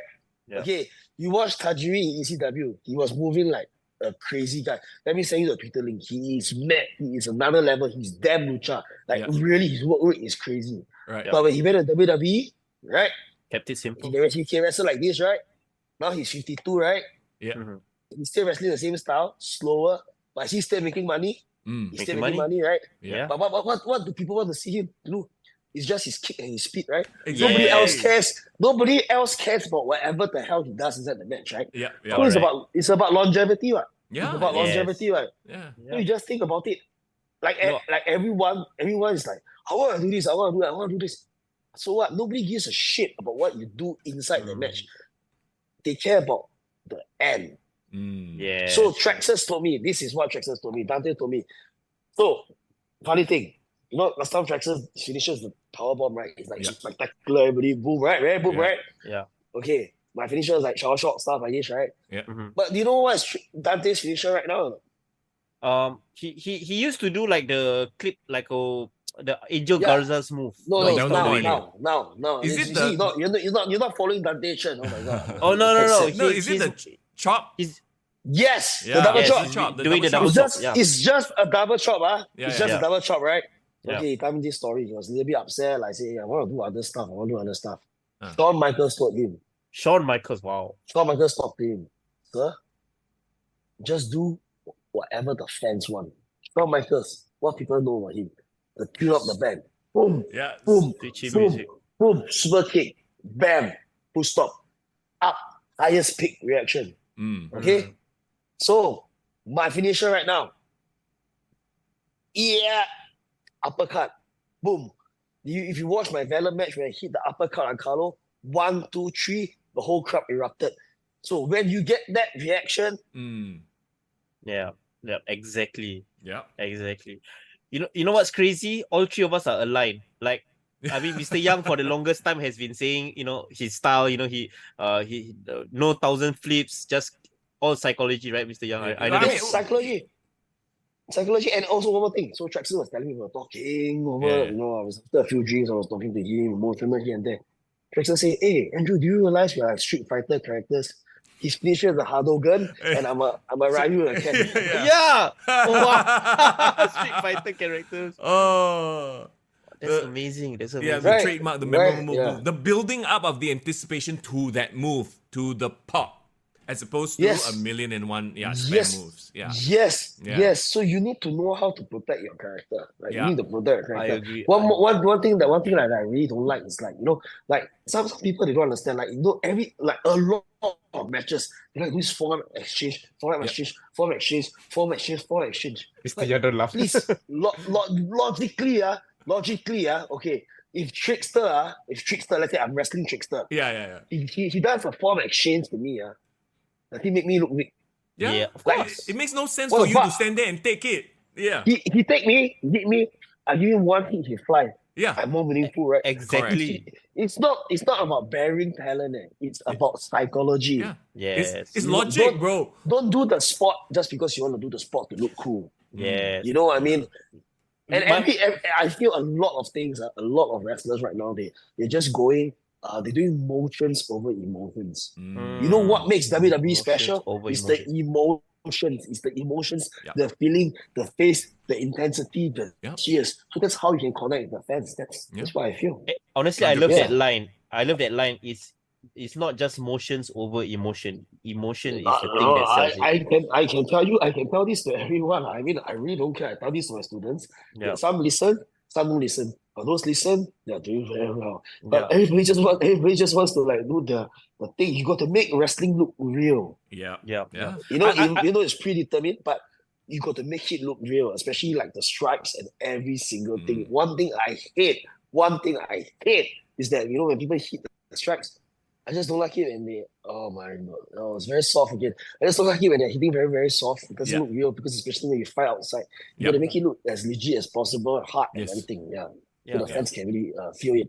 Yeah. Yeah, I also So sorry, that I deviated a little bit. Yeah, so now we talk about separate also. I mean, yes. Yes, no problem. No, but I agree Okay. that some people might say like, oh, I want to wrestle my style, which is doing all this like choreography per se. But I would argue that even if you're doing like a lucha style, there has to be a story being told within that lucha style. That's why people like Rey Mysterio and Eddie Guerrero was so good, because they could have all this arsenal of high flying moves, but you were so into the match and the story that's being told, the jeopardy in the match. So definitely feel that should be a fundamental thing. Like before you do all those crazy moves, you need to be able to sell with one or two moves and tell the story. Yeah. Yes, precisely. Selling is so important. I don't see people selling. Seriously, I don't see people selling. Yeah. It's very, very technical. It's very, very technical. Yeah. Okay. Speaking on that, like how does someone like Samurai Del Sol, who is known for being a like lucha libre wrestler, doing all these high flying moves, what is the thing that he learned from WWE that he has incorporated so that he's not just all about flashy moves? How has he been able to dial it down to become a better wrestler in his style? Yeah, I think last time in the independent scene also he does a lot of 3D stuff, but apparently like now, like in WWE, I think when he was in WWE, he find like what are the right moves to hit, and I think definitely like everyone who goes through the NXT Performance Center, they learn much more about psychology. WWE psychology is very, very different. But I mean, like seriously, like in wrestling, what I learned from CDK, it told me it's a case-to-case basis. So like for example, when I was wrestling in Japan or a shopping mall, or most recently like when I was wrestling a dormitory show, we just had a dormitory show, right? Like 2 days back. Festival of Light show, right? Yeah. Let me tell you, if you watch the live stream, it's so amazing. It was so amazing, that match. It brought tears to my eyes because every single match was solid and the reaction from the crowd was great. Nice. So I mean, good things are coming up for SPW. So maybe who knows, we might be even wrestling in the marquee, Whoa, okay. Is this like a early tease of an announcement? Yeah. Wow, I don't know, sir. This is called connections and PR, especially when you become a board with a statement and talk to the statement. And unless can say like maybe we might have a very, very big sponsor coming on board as well. All right. My performance in the match branding, marketing, whatever lah. I'll do it. You tell me, I'll do it. I'll do it for the money, baby. Watch, Yes. watch this space. I watch this space. Okay, so just to put a cap on it, this match, what is it you're most looking forward to in this match? Just pushing myself to limits lah. I mean, like I said, I never really faced like a Lucha wrestler guy, so I'm gonna try a different style of wrestling. Yeah. Yeah, but I still wanna keep it simple, but I wanna tell a story. Just like I'm sorry, to be a little bit like one of the best match I have this year was against Carlo Cannon. Like seriously, Yep. that match was. We didn't even do a lot of stuff. It's just simple, most simple to understand. But the emotions that the fans felt was amazing. Really, Wow. really. Okay. You definitely need to watch this on demand and see it as well. Well, yeah. Speaking Yes. of which, right? Yeah. Premier streaming network. I mean, like, Yes. yeah. I mean, maybe if you guys can help tell the fans to support us on Premier Streaming Network. I mean, Oh, it's, we're supposed to like eventually we'll port all our old footages over to the Premier Streaming Network. Ah. Yeah, but just support us, man. It's just $9.99. You can watch Impact, you can watch MKW, you can watch so many different wrestling promotions on the show, and they even have like StarCast. StarCast Wow. is a huge event. Wow. Yeah. Wait, Yeah. And you will have It's only all $9.99. the matches from SPW's history as well in it as well. Or is it like just the Soon. He said soon. They will right? port those, yeah. But of course, all the like current and upcoming events will be there. Eventually, on the we'll port all Yep. the matches now. Eventually. Okay, that's great. So that means you're saying that the event will be recorded, then after that uploaded on the stream after that. But eventually, maybe next year, I'm gonna try to do maybe a live stream. Like Yeah. so basically on the day itself, you can just watch it live lah. I mean, it's like a pay-per-view kind of thing lah. Yeah, Awesome. that would be awesome. awesome. I mean, like, to be honest, this is cool lah, because you put eyeballs on our product to like the international market or the American market. Right? Nice. Ever since we came aboard Premier Streaming Network, I think probably that's how PWI got took notice of us as well. I see. Yeah, That's what I yeah. feel. Yeah. They'll probably be watching the product, yeah, from Okay, there. okay. Yeah. That's really cool. That's really cool. Okay. Yeah, just to wrap things up, I wanted to ask you one more thing, because you were talking about Dante Chen recently, right? Can you tell me, like, what's your thoughts on his run in NXT so far, where his role, his position? Because right now he's doing a lot of level up stuff. He's almost known as the gatekeeper, and they are teasing some potential partnership as well. Yeah, what's your thoughts on his run so far? I think he's good. He's doing well. I talk to him constantly time to time because the company trusts him to be the gatekeeper because he's good at selling. He's good at wrestling. So he told me what the best wrestlers like sell very well. I think he took a picture of Dolph Ziggler because Dolph Ziggler was saying about stuff.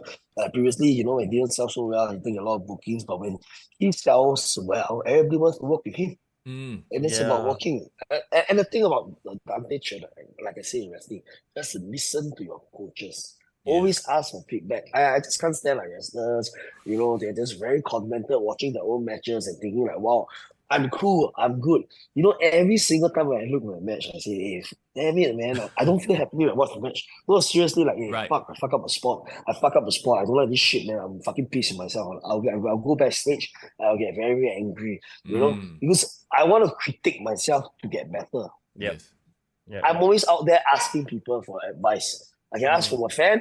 I can ask from a senior wrestler as well. Why? From a fan perspective, if a fan can see or a casual fan can say, and the casual fan say, wow, this is good, this looks real, it means your job is done. Yes. Even if they say, oh, this is shit, like so fake, ha ha ha, the job is wrong already, what? Correct. Yeah. You get what I mean, right? Yeah, for very- sure.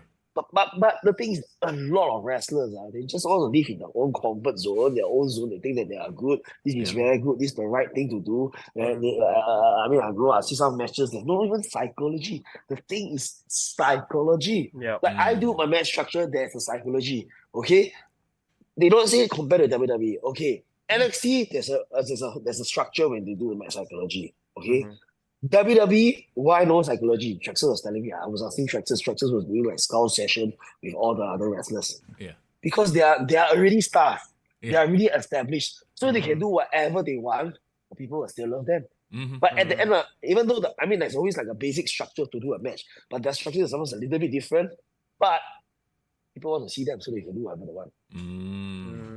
Correct. Okay. They You already get have what the I mean, name or- value. The product is there. The already. attraction, Yeah, the the attraction. attraction. is Yeah, there. like seriously, one thing I don't like is like sometimes I don't like the Japanese style wrestling and suddenly you hit a big move, then drop, get down, another move, Yeah, another move. yeah. It takes away the shit. Like what the fuck? Like I don't know. I've been seeing like some stuff like you take a rock bottom and then you get out and do another rock bottom, you get the Yeah. rock bottom. What is this? Your back is iron. No lah. The thing Yeah. you need to sell the back.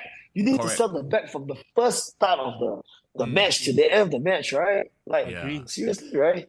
Yeah, It's a I agree. strange sort of thing that I don't guess. know if it started I in New guess. Japan. They trade finishes back and forth. We talk about cheapening moves, right? Like at some point it becomes completely unbelievable. Like you're saying, like, how come you can kick out of a rock bottom like so easily, and then you can do your finisher to me, and then I can kick out of that? You know, like I never enjoyed that style of match because it takes me out of the realness of what wrestling is, right? And pro wrestling is the exhibition of a fight.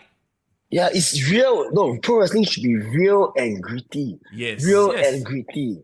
Yeah, Yeah, and- I agree. And I've always brought up this point, like in a world where now UFC or mixed martial arts is a thing, people know what real looks like, quote unquote, right? It's not jumping off. Like obviously, yeah, we want to see the spectacular moves, but it's not like doing 10,000 Canadian destroyers, for example. That is the biggest, like the worst thing I've ever Yeah. seen. People In this- training in this together. last year. Yeah. Canadian destroyer after Canadian destroyer, and then I do two to you, you do two to me. Like, hey, come on, what is this? What are we even watching anymore? I think the biggest issue in this, like especially last decade, to me is the cheapening of the super kick. I think Yeah. to me that's the thing that pisses me off because I love Shawn Michaels, and Yeah. I remember when one switchy music would end a match, That's and it. like it's a big deal. Yeah, that's it. Yeah, but people are trading too many super kicks. So yeah, I really hated that. That happening. I don't hate it as much as like it's an evolution of the business. Like, you know, the DDT used to be the move that would end the match. Jake the Snake Roberts, right? That's it. Yep. Now DDT is a regular move. So I can accept that the super kick is a regular move, but don't go and elevate it to a point where a Canadian destroyer is a regular move. regular That's move, because it's ridiculous. not. That's nonsense already. A Canadian destroyer should be a finisher. You're dead and you're Yeah. done. You're back. Yeah. You'll die. That he gone, finished. Like, how are you doing it should 4 in a only row? be used. It should only be used one time in a match and Yeah, spectacular. that's it. Yeah. Yeah.